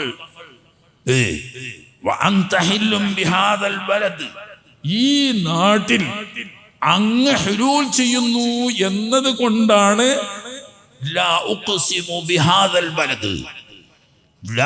നിങ്ങൾ ആ വിചാരിച്ചതുപോലെയൊന്നുമല്ല കാര്യം നടക്കാൻ പോകുന്നത്. ഞാൻ സത്യം ചെയ്ത് തന്നെ പറയുന്നു, ബിഹാദൽ ബലദ്, ഈ പരിശുദ്ധമായ മക്കാ ശരീഫ് എന്ന അൽബലദ് കൊണ്ട്. എന്താ ഈ അൽബലദിന് എന്താ പുണ്യം? ബിഹാദൽ ബലദ്, ഈ അൽബലദിൽ അങ്ങ് വരും. ഹലാലാവും യുദ്ധത്തിന് ഹലാലാവും എന്നൊരു അർത്ഥം ഉണ്ടായി, വേറെ വിഷയം. അതേ സമയത്ത് ഇവിടെയാണ് തങ്ങൾ ജനിക്കുക, തങ്ങളുടെ ജന്മഭൂമിയാണ് എന്നത് കൊണ്ടാണ് പരിശുദ്ധ അൽബലദിൽ വിളിച്ചുകൊണ്ട് സത്യം ചെയ്യാൻ മാത്രം യോഗ്യമാക്കിയ മഹത്വം കൊടുത്തത്. തങ്ങളുടെ മഹത്വം കൊണ്ടാണ് അൽബലദിന് മഹത്വം കിട്ടിയെന്ന് ആ ഖുർആനായത്തിൽ പറഞ്ഞതിന്റെ ചുരുക്കം. ഏതായാലും ഈ അൽബലദിൽ ഹബീബ് റസൂലുള്ളാഹി സ്വല്ലല്ലാഹു അലൈഹി വസല്ലം ജനിക്കാൻ ഇനി 51ാമത്തെ ദിവസമാണ് നബി തങ്ങൾ ജനിക്കുന്നത്. അപ്പൊ തങ്ങൾ ജനിക്കാൻ പോകുന്ന ഈ ഭൂമി തങ്ങൾക്ക് വേണ്ടി അള്ളാഹു സുരക്ഷിതമാക്കി കൊടുത്തതാണ്. ആ നബി തങ്ങൾ ഉംറക്ക് 6ാം വർഷത്തിൽ ഉംറക്ക് ഇഹ്റാം ചെയ്ത് ചെന്നിട്ട് ഹറമിൽ കയറാനേക്കാതെ മക്കാ ഖുറൈശികൾ തടഞ്ഞ ഒരൊറ്റ കാരണം, ഈ അൽബലദ് സത്യം ചെയ്യാൻ യോഗ്യമാക്കിയ നബി തങ്ങളുടെ ഹുലൂലാണെങ്കിൽ ആ നബി തങ്ങൾക്ക് അവിടുത്തെ സഹാബത്തിനും ഉംറ ചെയ്യാൻ മക്കയിൽ കടക്കാൻ നിങ്ങൾ സമ്മതിക്കുന്നില്ലെങ്കിൽ അള്ളാഹുവിന്റെ തീരുമാനം വരുന്നു. 2 കൊല്ലം കഴിഞ്ഞ് 8ാം കൊല്ലത്തിൽ മക്കം ഫതഹാക്കി 9ാം കൊല്ലത്തിൽ അള്ളാഹു പ്രഖ്യാപിച്ചു, എന്റെ ഹബീബിന് വേണ്ടി പുണ്യപ്പെടുത്തിയ ഈ നാട്, എന്റെ ഹബീബ് ഉംറക്ക് വന്നിട്ട് തടഞ്ഞ നിങ്ങളുടെ പാരമ്പര്യം ലോകാവസാനം വരെ ഒരൊറ്റ മുശ്രിക്കിന് പരിശുദ്ധമായ ഹറമിന്റെ മണ്ണിൽ ചവിട്ടൽ ഹറാമാണ്. ഖിയാമത്ത് നാൾ വരെ ഒരു മുശ്രിക്കിന് പരിശുദ്ധ മക്കയുടെ ഹറമിൽ പ്രവേശിക്കാൻ അനുവാദമില്ല. അതിർത്തി എത്തുമ്പോൾ കാണാൻ റോട്ടിൽ ഇങ്ങനെ ഒരു ബോർഡ് വെച്ചിട്ട് വൈറുൽ മുസ്ലിമീൻ ഇങ്ങനെ പോകണം, ഇതിന്റെ ഉള്ളിൽ കയറാൻ പറ്റുക. ഇനി മരണം വരെ അത് പോയി കാണാനുള്ള ഭാഗ്യവും കൂടി കിട്ടാത്ത നിലക്ക് അവരെ തടയാൻ കാരണം ഹബീബ് റസൂൽ എന്നേക്ക് ഇപ്പൊ അബ്രഹത്തിന്റെ ആനപ്പടയെ അള്ളാഹുത്തല അബാബീലിനെ ഖുറൈശിക്ക് വേണ്ടിയിട്ടല്ല, ഹബീബ് റസൂലുള്ളാഹി സ്വല്ലല്ലാഹു അലൈഹി വസല്ലം തങ്ങൾക്ക് വേണ്ടിയിട്ടാണ്. പക്ഷേ ജനങ്ങൾ അങ്ങനെയല്ലല്ലോ മനസ്സിലാക്കിയത്. ജനങ്ങൾ മനസ്സിലാക്കിയത് ഖുറൈശികളൊക്കെ അള്ളാഹിന്റെ സ്വന്തം ആൾക്കാരാണ്, അള്ളാഹുത്തല ഓൽക്ക് വേണ്ടി നേരിട്ട് യുദ്ധം ചെയ്യും. ഈ ഒരു അംഗീകാരം സമൂഹത്തിന്റെ ഇടയിലുള്ളത് അവർക്ക് വലിയ തിണ്ണബലം നൽകിയിട്ടുണ്ട്. ഈ കച്ചവടത്തിലൊക്കെ ആരെ കച്ചവടം കൊള്ള ചെയ്യുന്ന ഏത് ബതുക്കളെത്തും ഖുറൈശികളുടേതാണെന്ന് പറഞ്ഞാൽ കൊള്ള ചെയ്യൂല, അല്ലേ? ഖുറൈശികളെ കച്ചവട സംഘാണെന്ന് ആരും കൊള്ള ചെയ്യൂല. കാരണം എന്താ? അത് അള്ളാന്റെ ആൾക്കാരുതാണ്, അള്ളാന്റെ ആൾക്കാരാണ്. അത് കൊള്ള ചെയ്തിട്ടുണ്ടെങ്കിൽ അള്ളാഹുത്തല തിരിച്ചടിക്കും എന്നൊരു ധാരണ. ഈ ധാരണ ഇവിടെ നഷ്ടപ്പെടുക സമയമില്ല. ഈ ധാരണ ഇവിടെ നഷ്ടപ്പെടുകയാണ്. എന്തുകൊണ്ട്? ഖുറൈശികളുടെ കച്ചവടച്ചേർക്ക് ത്വായിഫിൽ നിന്ന് വരുന്നത് പിടിക്കപ്പെട്ടു.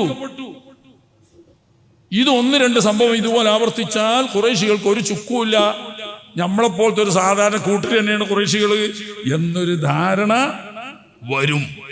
ആ ധാരണ വന്നാൽ അവർക്ക് ഇന്നുള്ള ഈ മേൽക്കോയ്മ നിലനിൽക്കില്ല. അതുകൊണ്ട് ഇവന്റെ മേൽക്കോയ്മയും അന്തസ്സും നിലനിർത്താൻ വേണ്ടിയിട്ടാണ് പോയത്. അല്ലാതെ ഹബീബ് റസൂലുള്ളാഹി സ്വല്ലല്ലാഹു അലൈഹി വസല്ലം തങ്ങളെ യുദ്ധം ചെയ്ത് പരാജയപ്പെടുത്താൻ പറ്റും എന്ന നിലക്കല്ല അവർ എന്നല്ല. നബി സല്ലല്ലാഹു അലൈഹി വസല്ലം തങ്ങൾ എന്തായാലും കച്ചവട സംഘത്തെ ഉപരോധിക്കാൻ വേണ്ടി പുറപ്പെട്ട നബി സല്ലല്ലാഹു അലൈഹി വസല്ലം തങ്ങൾ മക്കയിലെ വൻ സൈന്യത്തെ നേരിടാൻ വേണ്ടി വരില്ല എന്നവർക്കറിയാം. കാരണം ഇത്രയും ശക്തമായ ഒരു വൻ സൈന്യത്തോട് വെറും നിരായുധരായ കച്ചവട സംഘത്തെ തടയാൻ വേണ്ടി വന്ന 10 അങ്ങനെ പരിമിതമായ ആളുകൾ വരൂല എന്ന്. അപ്പൊ നിബിധങ്ങളോട് യുദ്ധം ചെയ്യേണ്ടി ഒന്നും വരൂല.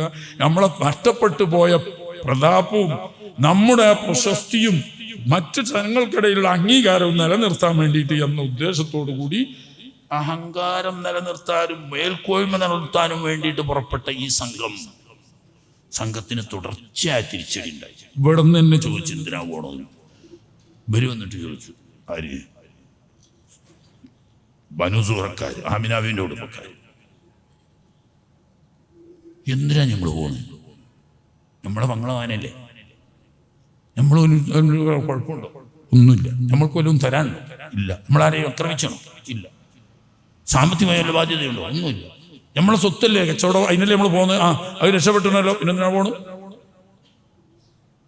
അഹ്നസ് ബിൻ സുറൈഖ് എന്ന് പറയുന്നവരുടെ കൂട്ടത്തിൽപ്പെട്ട വലിയൊരു നേതാവുണ്ട്. അയാൾ പറഞ്ഞു, നമ്മളെന്തിനാ പോണം? നമ്മളും മൂപ്പരും തമ്മിൽ എന്താ വ്യത്യാസം? നമുക്ക് മൂപ്പര് വെച്ച് എതിർപ്പുണ്ടോ? ഒന്നുമില്ല. നമ്മളാരെങ്കിലും ആക്രമിച്ചണോ? ഇല്ല. നമ്മളെ സ്വത്തെല്ലാം കൊള്ള ചെയ്തണോ? ഇല്ല. നമ്മൾ പുറപ്പെട്ട കച്ചവടം രക്ഷിക്കാനല്ലേ? അതെ. അത് രക്ഷപ്പെട്ടല്ലോ. നമ്മൾ തിരിച്ചു പോകും. ആൾക്കാരെന്താ പറയാ, ബൈക്കിൽ വെച്ചിട്ട് പോയി ആൾക്കാർ. നിങ്ങൾ ബേജാറാണ്ട, ഞങ്ങളുടെ നേതാവാണ് അയാൾ. ഉബയ്യ് എന്ന അയാളെ പേര്. ഉബയ്യിബ്ന് അശ്റഖ് ഇബ്നു ഹുനൈസ് അല്ല, ഉബയ്യിബ്ന് ഹുനൈസാൻ. ഈ ഉബയ്യ് ആൾക്കാർ പറയും, ഉബയ്യ് പറഞ്ഞിട്ടാണ് ഞങ്ങൾ പോകുന്നത്, അയാൾ ഞങ്ങളെ നേതാവായി പോയില്ലേ, അയാൾ പോരാൻ പറഞ്ഞു പോന്ന. ഇപ്പൊ നാണക്കേടൊക്കെ ഞാൻ ഏറ്റോളാം. അന്ന് മുതല ഇയാൾക്ക് മറ്റേ പുതിയ പേര് അശ്റഖ് പേര് മാറി. ചുരുക്കത്തിൽ അവരിൽപ്പെട്ട ഒറ്റ കുട്ടിയും ബദറിൽ വന്നിട്ടില്ല. മുശ്രിക്കുകൾ, ബനു സുഹറക്കാരെല്ലാവരും ഒഴിഞ്ഞു. അങ്ങനെ 2 ഗോത്രങ്ങൾ തിരിച്ചു പോയത് കൊണ്ട് 950 കുറഞ്ഞതാ. മറ്റേ 1300 ആളുകളുണ്ട് ഇനി പുറത്ത്. ഏതായാലും ആട്ടെ, ഞാൻ നിർത്താൻ. ബഹുമാനപ്പെട്ട നബി സല്ലല്ലാഹു അലൈഹി വസല്ലം തങ്ങൾ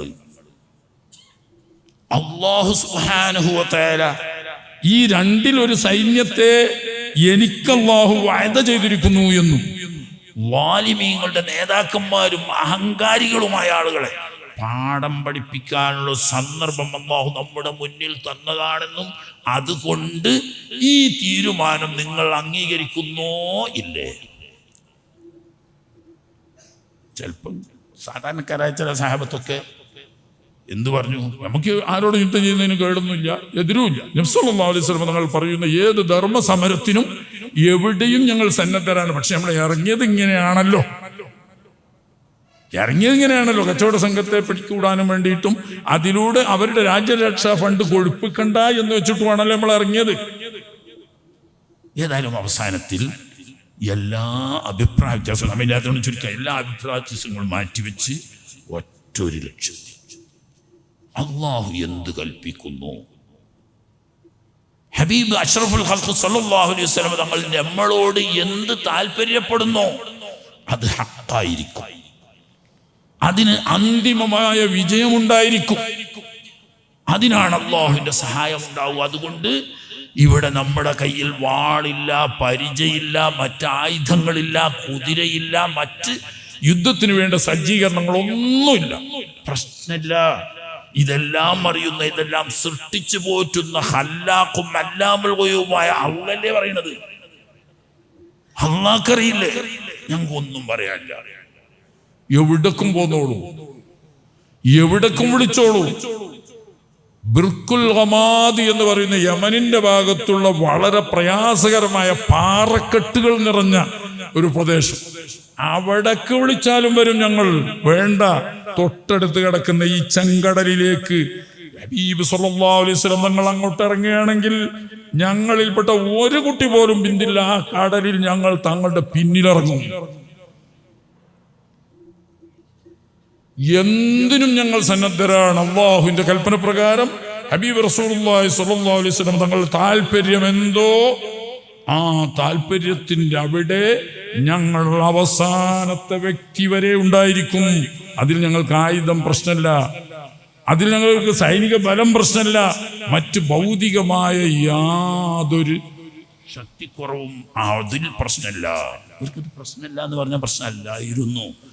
മക്ക ഖുറൈശികളിൽപ്പെട്ട വലിയ വീരന്മാരായ കുതിരപ്പടയാളികളെ നേരിട്ടത് മദീനയിലെ സാധാരണക്കാരായ കർഷകരായ അൻസാരികളായിരുന്നു. ഇങ്ങനെ ആളുണ്ടോ കയ്യില്? ഇല്ല. അങ്ങോട്ട് വെട്ടിയാൽ തീർക്കാൻ പരിചണ്ടോ കയ്യില്? അതില്ല.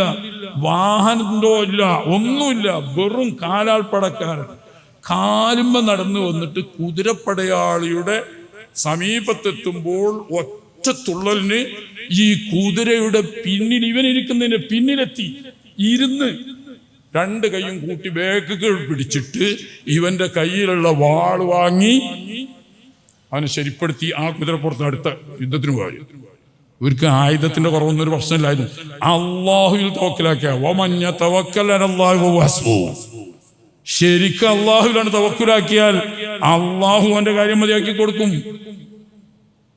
ഓൾക്ക് 90ഓളം കുതിരകൾ ഉണ്ടായിരുന്നു, 700 ചില്ലാനും ഒട്ടകങ്ങൾ ഉണ്ടായിരുന്നു. ഇവിടെയോ ആകെ 2 കുതിര, മറ്റൊരു അഭിപ്രായത്തിൽ 3 കുതിര, അതിനപ്പുറം ഏതായാലും ഇല്ല. ഒട്ടകങ്ങളാണെങ്കിൽ പരമാവധി 40 എന്ന് പറഞ്ഞവരുണ്ടെങ്കിലും 70 എന്ന് പറഞ്ഞാൽ കൂടുതൽ ശരി.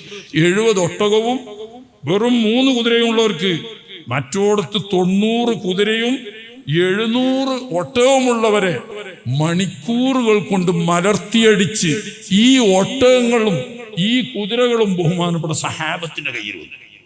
വെറുതെ ഒന്നല്ല.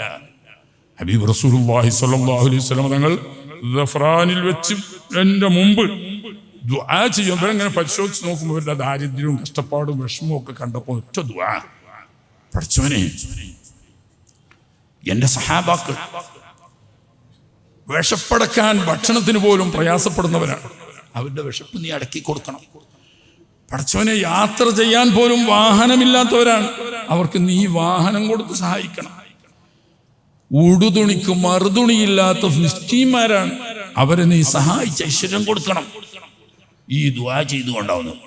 ഓരുന്ന കൂട്ടത്തിൽ ഒരു കുതിരയോ ഒരൊട്ടകമോ ഒരു യോദ്ധാവിന് ഉപയോഗിക്കേണ്ടി വരുന്ന മുഴുവൻ ആയുധങ്ങളോ ഇല്ലാതെ സഹാബികൾ ആരും തിരിച്ചു പോരേണ്ടി വന്നിട്ടില്ല. അതാണ് ഇതിൽ ഞാൻ നിർത്തുകയാണ്.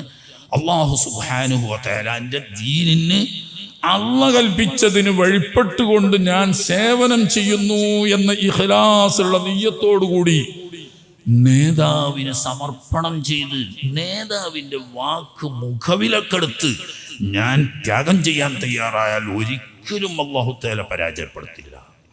അതാണ് ബദർ തരുന്നത്. കണ്ടതെങ്കിൽ ചെറിയൊരു വ്യത്യാസം വന്നപ്പോൾ മെഹദ് കണ്ടോ നിങ്ങൾ?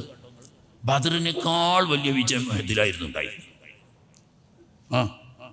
മെഹദ് യുദ്ധം തുടങ്ങിയിട്ട് രാവിലെ യുദ്ധം തുടങ്ങിയിട്ട് ഉച്ചയാവുന്നതിന് മുമ്പ് മക്ക മുശ്രിക്കീങ്ങളുടെ പതാകവാഹകരായിരുന്ന 23 പേരെ കൊല്ലപ്പെട്ടു. സാധാരണക്കാരില്ല, പതാകവാഹകർ. അവസാനം പതാക എടുക്കാൻ ഒരു പുരുഷൻ ആ ഗോത്രത്തിലില്ലാത്തത് കൊണ്ട് ഉഹദിൽ പതാക എടുത്ത അവസാനം ഒരു പെണ്ണായിരുന്നു. അതുവരെ സഹാബാക്കളിൽ ഒരു കുട്ടിക്ക് ഒരു പോറലും ഏറ്റിട്ടില്ല. അതാണ് രസം. ഒരൊറ്റ സഹാബിയും കൊല്ലപ്പെടാതെ 23 പടനായകന്മാരാവുന്ന പതാകവാഹരെ കൊലപ്പെടുത്തി പിടിച്ചു നിൽക്കാൻ നിവൃത്തിയില്ലാതെ അബൂ സുഫിയാനും കൂട്ടരും പിന്തിരിഞ്ഞോടി. എന്ത് വലിയ വിജയമാണ്! ബദറിൽ അങ്ങനെ കിട്ടിയിട്ടില്ലല്ലോ. ബദറിൽ രണ്ടാമത്തെ വെല്ലുവിളിയാണെന്ന 3 സഹാബാക്കളിൽപ്പെട്ട ബഹുമാനപ്പെട്ട ഉബൈദത്ത് റളിയല്ലാഹു തആല അൻഹു വെട്ടേറ്റ് വീണില്ലേ?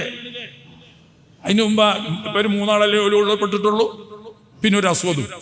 4 ആൾ ഒരു കൊല്ലപ്പെട്ടപ്പോഴേക്ക് ഇപ്പുറത്ത് ഉബൈദത്ത് റളിയല്ലാഹു തആല അൻഹു വെട്ടിവീഴ്ത്തി പിന്നെയാണ് ഷഹീദായതെങ്കിൽ, ഇത് 23 നായകന്മാർ കൊല്ലപ്പെട്ടിട്ടും ഒരൊറ്റ കുട്ടിയും സഹാബാക്കളുടെ കൂട്ടത്തിൽ കൊല്ലപ്പെട്ടിട്ടില്ല. ഇത് നമ്മുടെ അത്രയും തന്ത്രപൂർവമായിരുന്ന തയ്യാറെടുപ്പായിരുന്നു.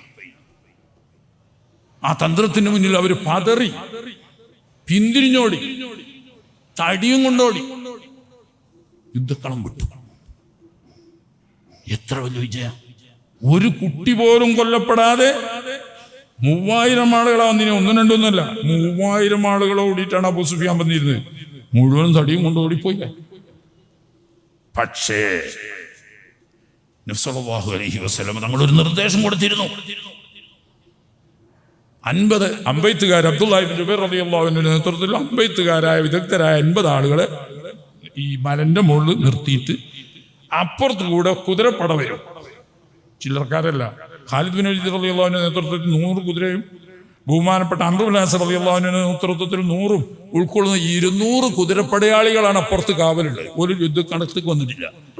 ഇപ്പുറത്ത് കൂടെ വന്നാൽ നമുക്ക് ബുദ്ധിമുട്ട് വരും. അതുകൊണ്ട് ഈ മലന്റെ മുകളിൽ നിന്നിട്ട് ആ കുതിര മുന്നോട്ട് വരുന്നത് കണ്ടാൽ തുടർച്ചയായിട്ട് 50 ആളുകൾ അമ്പ് ചെയ്ത് ആ കുതിര മുന്നോട്ട് വരൂല. അതുകൊണ്ട് അവരെ ഉപരോധിച്ച് നിർത്തണം. യുദ്ധം കഴിഞ്ഞാലും നിന്നാലും ഞങ്ങളെല്ലാവരും കൊല്ലപ്പെട്ട് ഞങ്ങളുടെ മൃതശരീരങ്ങൾ കാക്കയും കഴുകനും കൊത്തിവലിക്കുന്നത് കണ്ടാലും ഞാൻ പറയാതെ അവിടെ നിന്ന് ഇറങ്ങരുത് എന്ന് നിർബന്ധമായ ഒരു ഓർഡർ കൊടുത്തിരുന്നു. മണിക്കൂറുകളെ കൊണ്ട് ഇത് വിജയിച്ചു. യുദ്ധക്കളം വിട്ട് ഖുറൈശികൾ ഓടിപ്പോയി. മൂമിനായ ഒരാൾക്ക് ഒന്നും പറ്റിയിട്ടില്ല. കണക്കില്ലാത്ത സമ്പത്തുകൾ, ഗനീമത്ത്. ഈ ഗനീമത്ത് എടുക്കുന്നത് കാണുമ്പോൾ ഈ മരമ്മലിക്കുന്ന കുറെ ആൾക്കാർക്ക് ഒരു ചോദ്യം, ചിന്ത, നമ്മൾ വെറുതെ ഈ മരമ്മൽ പേരും കൊണ്ട് ഇനി നിൽക്കണോ? യുദ്ധം കഴിഞ്ഞില്ലേ? ഓലൊക്കെ പോയിപ്പം നമ്മളെ ചങ്ങായിമാര്, നമ്മളെ സുഹൃത്തുക്കള് ഗനീമത്ത് സ്വത്ത് ഒരുമിച്ച് കൂട്ടല്ലേ? നമ്മളും പോയായി കൂടാന്നല്ലാതെ ഇവിടെ വെയിലത്തുണ്ട്, ഇവിടെ നിന്നിട്ട് എന്താണ്? അപ്പൊ തന്നെ അബ്ദുല്ലാഹി ഇബ്നു ജുബൈർ റളിയല്ലാഹു അൻഹു പറഞ്ഞു, അങ്ങനെ ചിന്തിക്കാൻ പാടില്ല കേട്ടോ. അള്ളാഹുവിന്റെ ഹബീബാണ് നമ്മുടെ നേതാവ്. ആ ഹബീബ് സല്ലല്ലാഹു അലൈഹി വസല്ലം തങ്ങൾ നമ്മളോട് കർക്കശമായി പറഞ്ഞ നിർദ്ദേശം, ഞങ്ങൾ വിജയിച്ചാലും പരാജയപ്പെട്ടാലും കൊല്ലപ്പെട്ട് ഞങ്ങളുടെ മൃതശരീരങ്ങളെ കാക്കയും കഴുകനും കൊത്തിവലിക്കുന്നത് കണ്ടാലും മലയിൽ നിന്നിറങ്ങരുത്, എന്റെ കൽപ്പനയില്ലാതെ എന്ന് പറഞ്ഞാൽ അള്ളാഹുവിന്റെ റസൂലിന്റെ കൽപ്പന വരാതെ അനങ്ങിപ്പോകരുത്. പക്ഷേ 50 ആളിൽ 40 ആളുകളും പറഞ്ഞു, അത് ഞങ്ങൾ കേട്ടിട്ട് ഞങ്ങൾക്കറിയാം, അള്ളാഹുവിന്റെ റസൂലിനെ അനുസരിക്കണമെന്നും അറിയാം. ആ പറഞ്ഞതിന് അർത്ഥം എത്രയേ ഉള്ളൂ, യുദ്ധം പൂർണ്ണമായി കഴിയുന്നത് വരെ നമ്മൾ ഇവിടെ നിൽക്കണോന്നാണ്. ഇപ്പൊ യുദ്ധം കഴിഞ്ഞില്ലേ? എല്ലാവരും കളം വിട്ടു പോയില്ലേ? ഇപ്പൊ ഗനീമത്തെടുക്കല്ലേ? പിന്നെ ഇനി ഇവിടെ നിൽക്കണമെന്നോ? അപ്പൊ നിൽക്കണം തന്നെ, യുദ്ധം കയ്യോളം നിൽക്കണതേ പറഞ്ഞതിന് അർത്ഥമുള്ളൂ എന്ന് പറഞ്ഞ് 40 ആളും ഇറങ്ങി. ഈ ഒറ്റ പ്രശ്നം, 40 ആളുകളുണ്ട്, ബാക്കി 10 ആളുകൾ. അപ്പുറത്ത് 200 കുതിരപ്പടയാളികളുണ്ട്, 2 ലൈനായിട്ട്. ഇവരല്ലെങ്കിൽ തന്നെ ലോകം കണ്ട ഏറ്റവും വലിയ യുദ്ധതന്ത്രജ്ഞന്മാരാണ് ഈ 2 മനുഷ്യന്മാരും. അംർ ഇബ്നു ആസ് റളിയല്ലാഹു തആല, ഖാലിദ് ബിൻ വലീദ് റളിയല്ലാഹു അൻഹു, സിദ്ദീഖ് റളിയല്ലാഹു അൻഹുവിന്റെ കാലത്തുള്ള ആ ഹുറൂബ് ജിദ്ദത്ത് തൊട്ടിട്ട് ഖുലഫാഉർ റാഷിദുകളുടെ കാലത്ത് ബഹുമാനപ്പെട്ട ഖാലിദ് ബിൻ വലീദ് റളിയല്ലാഹു അൻഹു വഫാത്താവുന്നത് വരെയും അങ്ങനത്തെ ഒരു പടനായകനെ ലോകം കണ്ടിട്ടില്ല. അത് അപ്പുറത്തപ്പന്നുള്ളൂ. ഈ സന്ദർഭം മനസ്സിലാക്കി 10 ആളുകളല്ലേ ഉള്ളൂ. എന്ത് ചെയ്യാന്? 200 കുതിരല്ലേ? കുറച്ചൊക്കെ പിന്മാറിയാലും ബാക്കി മുന്നോട്ട് വരുന്നുള്ള ഒറ്റ അടിക്ക് 200 കുതിരപ്പടയാളികൾ മുന്നേറി ഈ 10 ആളുകളെ വെട്ടിക്കൊന്നു. ഇതൊന്നും താഴെ അറിയുന്നില്ല, താഴെ വരെ അറിയുന്നില്ല. ഓല് ഗനീമത്ത് സംഭരിക്കുന്ന ശ്രമം മലവെള്ളപ്പാച്ചിന് പോലെ പിന്നിലൂടെ മലയുടെ ഉള്ളിൽ കയറിയിറങ്ങി 200 കുതിരപ്പടയാളികൾ പരക്കങ്ങട്ട് തുടങ്ങി. ഈ 200 കുതിര ഇറങ്ങിയതോടുകൂടി ആകെ പൊടി പടലങ്ങൾ പടർന്ന് കണ്ണ് കാണാതായി, അങ്ങോട്ടും ഇങ്ങോട്ടും കാണുന്നില്ല. സഹാബാക്കൾ ആരാണ്, ശത്രുക്കൾ ആരാണെന്ന് കൂട്ടുകാർ, ബഹുമാനപ്പെട്ട ഹുസൈബത്ത് ബിൻ യമാൻ റളിയല്ലാഹു അൻഹു വാപ്പ യമാൻ റളിയല്ലാഹു തആല അൻഹു ആ കൂട്ടയുദ്ധത്തിൽ സഹാബാക്കളുടെ വാളുകൊണ്ട് കൊല്ലപ്പെട്ട് ഷഹീദായ ആളാണ്. ഇരുട്ട് കൂടിയിട്ട് പൊടികൊണ്ട്. അങ്ങനെ എന്തൊക്കെ സംഭവിച്ചു. ഹബീബ് റസൂലുള്ളാഹി സ്വല്ലല്ലാഹു അലൈഹി വസല്ലം അഷ്റഫാക്കപ്പെട്ട മുമ്പിൽ ഷഹീദായി. അവിടുത്തെ നെറ്റിത്തടത്തിൽ ആഴത്തിൽ മുറിവേറ്റു, ചതിക്കുഴിയിൽ വീണുകൊണ്ട് ശരീരം മുഴുവനും പരിക്കേറ്റു. അവിടെ നിന്ന് അപ്പുറത്ത് ഹംസത്തുൽ ഖറാർ റളിയല്ലാഹു തആല അൻഹു ഷഹീദായത് മുതൽ മഹാന്മാരായ 70 ശുഹദാക്കൾ രക്തസാക്ഷിത്വം വഹിക്കേണ്ടി വന്നു. ഒറ്റ ഒരു നിർദ്ദേശത്തിന് ധിക്കരിച്ചതല്ല. സഹാബാക്കൾ എന്തായാലും നബി സല്ലല്ലാഹു അലൈഹി വസല്ലം തങ്ങളുടെ ഒരു നിർദ്ദേശത്തെയും ധിക്കരിക്കൂല, മറിച്ച് വ്യാഖ്യാനിച്ചതാണ്. ഞാൻ പറയാതെ ഇറങ്ങരുത് എന്ന കൽപ്പന യുദ്ധം കഴിയാതെ ഇറങ്ങരുത് എന്നേ ഇപ്പം അതിനർത്ഥം ഉണ്ടാവുള്ളൂ എന്ന് വ്യാഖ്യാനിച്ചറിഞ്ഞപ്പോൾ അള്ളാഹുവിന്റെ ഹബീബിന്റെ നേതൃത്വം, അതിൽ നിങ്ങൾ അചഞ്ചലമായ വിശ്വാസമർപ്പിച്ച് അന റസൂലുള്ളാഹ് ലാ ഉസില്ലാഹ്, ഞാൻ അള്ളാഹുവിന്റെ റസൂലാണ്, അള്ളാഹുവിന്റെ കൽപ്പനയ്ക്കെതിരെ ഞാൻ ചെയ്യില്ല, ഈ വിശ്വാസം സഹാബാക്കളിൽ ഉറപ്പിച്ചു നിർത്തുക. അതാണ് ബദറും ഉഹദും 2 പാഠം നമ്മുടെ മുന്നിൽ തരുന്നത്. ബദറിൽ പറയുമ്പോൾ ഒന്നും നിരായുധരായ പാവപ്പെട്ട ഫുഖറായ 300 ചില്ലാനും സഹാബത്ത്, സർവസജ്ജരായ അക്കാലത്ത് ലോകത്ത് അറബി ലോകത്ത് അറിയപ്പെട്ട ഏറ്റവും വലിയ ശക്തമായ അബൂജഹലിന്റെ പടയെ മണിക്കൂറുകളെ കൊണ്ട് തകർത്തെറിഞ്ഞ് 70 നേതാക്കന്മാരെ കൊല്ലാനും 70 നേതാക്കന്മാരെ തടവിടിക്കാനും ബാക്കിയുള്ള ഒരു ജീവൻ കിട്ടിയാൽ മതി എന്ന നിലയ്ക്ക് ജീവനും കൊണ്ട് ഓടിയിട്ട് മക്കയിലെത്തിയിട്ട് നിൽക്കാത്ത ആളുകളുണ്ട്. ബദർന്ന് ഓടിയിട്ടേ 300 ചില്ലാനും കിലോമീറ്റർ ഓടണം. ഓടിയിട്ട് ഒരു ചങ്ങാതി 2 കൽബുണ്ട് എന്നൊക്കെ പറഞ്ഞൊരു ചങ്ങാതി ഉണ്ട് ഇനി ബദർക്കുന്നത്. ഓന് ഒരു കയ്യിൽ ഒരു ചെരുപ്പ് ഇങ്ങനെ കയ്യിൽ പിടിച്ചിട്ട് ഒരു കാലും ഒരു ചെരുപ്പ് ഇട്ടും ചെയ്തിട്ട് ഈ പാച്ചിൽ ബദർന്ന് പാഞ്ഞിട്ട് മക്കത്തെത്തി, മസ്ജിദുൽ ഹറാമിന്റെ അടുത്തെത്തി. ഇപ്പൊ ഇങ്ങനെയുള്ളു, ഒരു കയ്യിൽ ഒരു ചെരുപ്പ്, മറ്റേ ഒരു കാലുമേൽ ഒരു ചെരുപ്പ്, ഒരു കയ്യിൽ ഒരു ചെരുപ്പ് വെച്ച് 2 കാലും. ആ ഒരു കാലിന് ചെരുപ്പിടാതെ കയ്യെ പിടിച്ചിട്ട് ഓടിയ ഓട്ടം ബദർന്ന് മക്ക വരെ ഓടി. ഇയാൾക്ക് ബുദ്ധിക്കെന്തോ പറ്റി, ഇനി എന്താ സംഭവിച്ചു വെച്ച് എല്ലാം കഴിഞ്ഞ് ഒന്നും പറയാനില്ല. അല്ല, നിങ്ങളിപ്പോ എവിടെയാ ഉള്ളത്? അപ്പൊ ഇയാൾക്ക് ബുദ്ധി പറ. ഞാൻ ഉള്ളത് ഇപ്പം ഇവിടെ മസ്ജിദുൽ ഹറാമിൽ. എന്നിട്ട് ഒരു കയ്യിൽ ഒരു ചെരുപ്പ്, ഒരു കാൽമേൽ ഒരു ചെരുപ്പ്, എന്തോ 2 കാൽമേൽ. ഈ നിലക്കുള്ള പരാജയം, ബദർന്ന് മക്ക വരെ ഓടിയിട്ട് നിൽക്കാത്ത ആ ജാതി പരാജയം കൊടുത്തത് ഈ ഒന്നുമില്ലാത്ത എന്തുകൊണ്ട്? അള്ളാഹുവിൻ്റെ റസൂലിനോടുള്ള മഹബത്തും തങ്ങൾ പറയുന്നത് അള്ളാഹുവിൻ്റെ കൽപ്പനയാണെന്നുള്ള ദൃഢമായ വിശ്വാസം, നേതൃത്വത്തിലുള്ള മതിപ്പും ബഹുമാനവും. അതൊരു പ്രസ്ഥാനത്തിൻ്റെ വളർച്ചയ്ക്കും അതിൻ്റെ നിലനിൽപ്പിനും അനിവാര്യമാണ്. നേതൃത്വത്തെ ചോദ്യം ചെയ്യുന്ന ഗ്രൂപ്പ് പ്രവർത്തനം എന്നത് ഇസ്ലാമിൽ ഇല്ല. ചില രാഷ്ട്രീയ പാർട്ടികൾക്കും ഉണ്ട്. അതുപോലെ രാഷ്ട്രീയത്തിന്റെ വളർച്ച തന്നെ ഗ്രൂപ്പ് പ്രവർത്തനത്തിലൂടെയാണ്. മറ്റൊരു ഗ്രൂപ്പ് 7 8 ഗ്രൂപ്പ് ഉണ്ടാവും. ഈ ഗ്രൂപ്പ് പ്രവർത്തനം ഇസ്ലാമിലേക്ക് കടന്നു വരികയാണെന്ന് വിവരമില്ലാതെ ഇസ്ലാമിലേക്ക് കടന്നു വന്നാൽ പിന്നെ ഗ്രൂപ്പ് പ്രവർത്തനം ഇസ്ലാമിലില്ല. ഒരു നേതൃത്വത്തെ നമ്മൾ ബഹുമാനിക്കണം, അംഗീകരിക്കണം, ആദരിക്കണം. അവര് പറയുന്നത് നമ്മൾ ശിരസാവഹിക്കണം. അതിന് പറ്റുന്ന നേതൃത്വമാണ്. ഹബീബ് റസൂലുള്ളാഹി സ്വല്ലല്ലാഹു അലൈഹി വസല്ലം തങ്ങളുടെ ഈ 2 സംഭവത്തിലൂടെ ഖിയാമത്ത് നാൾ വരെ 2 പാഠം തന്ന. ഇനി ഞാൻ നിർത്തുകയാണ്. അള്ളാഹുവിൻ്റെ ഹബീബ് തുടക്കത്തിൽ ചെയ്ത ആ ദുആ ആണ് ഇന്നും ബദരീങ്ങളെ കൊണ്ടാണ് ദീൻ ലോകത്ത് നിലനിന്നുകൊണ്ടിരിക്കുന്നത്. اللهم إن تهلك هذه العصابة من الناس لم تعبد في الأرض. ഈ ചെറു സംഘമെങ്ങാനും ബദറിൽ പരാജയപ്പെടുത്തപ്പെട്ട് അവർ ഹലാക്കാക്കപ്പെട്ടു പോയാൽ പടച്ചവനെ ലം തുഅബദ് ഫിൽ അർദ്, പിന്നെ നിന്റെ ഇബാദത്ത് ഈ ലോകത്ത് നടക്കാൻ പോകുന്നില്ല. ഈ ലോകത്ത് ഇബാദത്ത് നടക്കണോ, ബദരീങ്ങൾ വിജയിച്ചിരിക്കണം. അതാണ് അതിന്റെ ആശയം. ആ ബദരീങ്ങളുടെ സാന്നിധ്യം ഇന്നും എല്ലാ രംഗത്തും ഉണ്ട്. ആ ബദരീങ്ങളുടെ സാന്നിധ്യം ഇന്നുമുണ്ട്. പക്ഷേ മഹബത്തോടു കൂടി ഞാനൊക്കെ പ്രസംഗിക്കാൻ തുടങ്ങുന്ന കാലത്ത് ഗണന പ്രസംഗത്തിന് കൂടെ കാലത്ത് അന്ന് CM വലിയുള്ളായുണ്ട് റഹ്മത്തുള്ളാഹി മഹാനവർകള് ദ്വാരക്കാൻ പറയാൻ ചെന്നാ പറയാ വഹാബി മൗദൂദി പോലത്തെ കൂട്ടരോട് ഗണന പ്രസംഗത്തിന് പോവുകയാണെങ്കിൽ നല്ലോണം ഒരാളോട് ഇജാസ വാങ്ങി ദിവസവും അസ്മാഉൽ ബദർ പതിവാക്കിക്കൊള്ളണം. ഇല്ലാത്തൊരു ഗണന പ്രസംഗത്തിന് പോകരുത്. CMന്റെ നിർദ്ദേശം. ഗണന പ്രസംഗത്തിന് പോവുകയാണെങ്കിൽ ഏതെങ്കിലും ശൈഖന്മാരോട് ഇജാസത്ത് വാങ്ങി ബദർ അസ്മാഉൽ ബദർ ദായിമാക്കണോ. അൽഹംദുലില്ലാഹ് അന്നും ഇന്നും ആ ഒരു കാവലാണ്. ഒരു ദിവസം എൻ്റെ ഒരു മുതാലിം ഹുതുബോധിക്കൊണ്ടിരിക്കുക, എൻ്റെ ഹുതുബയാണ് ഞാൻ താൻ കഴിയാത്തോണ്ട് ഹുതുബോധിക്കൊണ്ടിരിക്കുന്നതിൻ്റെ ഇടയിൽ കുട്ടി ബോധം കെട്ടുന്നത്. ഹുതുബോധുന്നതിൻ്റെ ഇടയിൽ കുട്ടി ബോധം കെട്ടുന്നത്. തൽക്കാലം വേറെ ആളെ വെച്ച് കഴിച്ച് അങ്ങനെ തൽക്കാലം ആശുപത്രി കൊണ്ടേ ബോധം തെളിഞ്ഞ് പിന്നെ എന്തോ പ്രശ്നമാണെന്ന് എഴുതിയിട്ട് വലിയൊരു ചികിത്സക്കാരുണ്ട്, മറ്റേ അസ്മാനി ചികിത്സക്കാരൻ. അയാളെ അടുത്ത് ചെന്നിട്ട് പറഞ്ഞ് ഇത് കുട്ടി നിരപരാധിയാണ്, ഇത് കുട്ടിൻ്റെ ഉസ്താദിന് വന്ന വെടി കൊണ്ടത് കുട്ടിക്കായി പോയതാണ്. നല്ലോണം കിതാബിലുള്ള കുട്ടി, അപ്പം എനിക്ക് നല്ല മഹബത്തുള്ള കുട്ടിയാണ്. അപ്പം അതുകൊണ്ട് ആ കുട്ടി മഹബത്തുള്ളത് കൊണ്ട് എനിക്ക് വന്നത്. അപ്പം എന്താണ് ഉസ്താദിന് പറ്റാത്തത് വെച്ചാൽ അയാൾക്ക് ഒരു വിധമൊന്നും പറ്റൂല, ഒരു വിധമൊന്നും പറ്റില്ല, വേറൊന്നുമില്ല. എന്നും അസ്മാഉൽ ബദർ ചെല്ലും ഒരു പ്രാവശ്യം. പിന്നെ ഫാത്തിഹ ഓതുമെന്ന് പറയേണ്ട ആവശ്യമില്ലല്ലോ. അസ്മാഉൽ ബദർ ഓതി ഫാത്തിഹ ഓതാത്ത ഒരു ദിവസവും ഉണ്ടാവാറില്ല. ഇനി എന്തെങ്കിലും എതിർകൊണ്ട് നഷ്ടപ്പെട്ടാൽ പിറ്റേന്ന് ഖളാ കിട്ടും.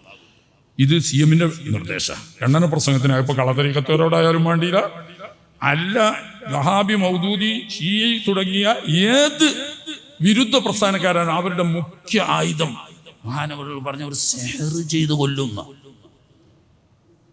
ബദരീങ്ങളുടെ പിന്തുണയില്ലാതെ ഇറങ്ങിച്ചെന്നാൽ ഈ വിദേഹത്തിന്റെ അധികാരി നിങ്ങളെ സെഹർ ചെയ്തു കൊല്ലും. അതിൽ നിന്ന് കാക്കണമെങ്കിൽ അസ്മാഉൽ ബദർ പതിവാക്കണം. ആ കാവല് അഹ്ലുൽ ഹഖിന് എന്നും ഉണ്ടായിരിക്കും. അഹ്ലുൽ ഹഖിന്റെ ഇമാമുകളാണ് അവര്. അവരെ സ്നേഹിച്ചും അവരെ ബഹുമാനിച്ചും അവരെ ആദരിച്ചും ആ പേര് ചൊല്ലി അവരുടെ മുന്നിൽ ഫാത്തിഹ ഓതി ആ ബന്ധം നിലനിന്നാൽ വിധിമാരെ പറഞ്ഞതുപോലെ അവർക്ക് ഒരു ഫാത്തിഹ എപ്പോഴും ഓതുമെങ്കിൽ അവരെ ദുആയും ബറക്കത്തും എത്തുമേ. അത് ബദരീങ്ങൾക്കില്ല, ബദരീങ്ങൾക്ക് ബറക്കത്തും കിട്ടും. അല്ലാഹു തആല ബദരീങ്ങളെ സ്നേഹിച്ചും ബഹുമാനിച്ചും ജീവിത അവസാനം വരെ മുന്നോട്ട് പോയി അവരിവിടെ തെളിയിച്ചു തന്ന ആ ഹിദായത്തിന്റെ വഴി മുറുകെ പിടിച്ച് ഈമാൻ സലാമത്തായി ആഖിബത്ത് നന്നായി മരണപ്പെടാനും നാളെ ജന്നാത്തുൽ ഫിർദൗസിന്റെ ഹബീബിന്റെ ജിവാറിലായി ബഹുമാനപ്പെട്ട ബദരീങ്ങളുടെ സമീപത്ത് എത്തിപ്പെട്ട് ആ സ്വർഗ്ഗലോകത്ത് ഒരുമിച്ച് കൂടാനും റബ്ബിന്റെ ലിഖാ കാണാനും അസ്ഹാബുൽ ബദറുകളുടെ ഹഖ് കൊണ്ട് അല്ലാഹു നമുക്ക് തൗഫീഖ് തന്ന് അനുഗ്രഹിക്കുമാറാകട്ടെ.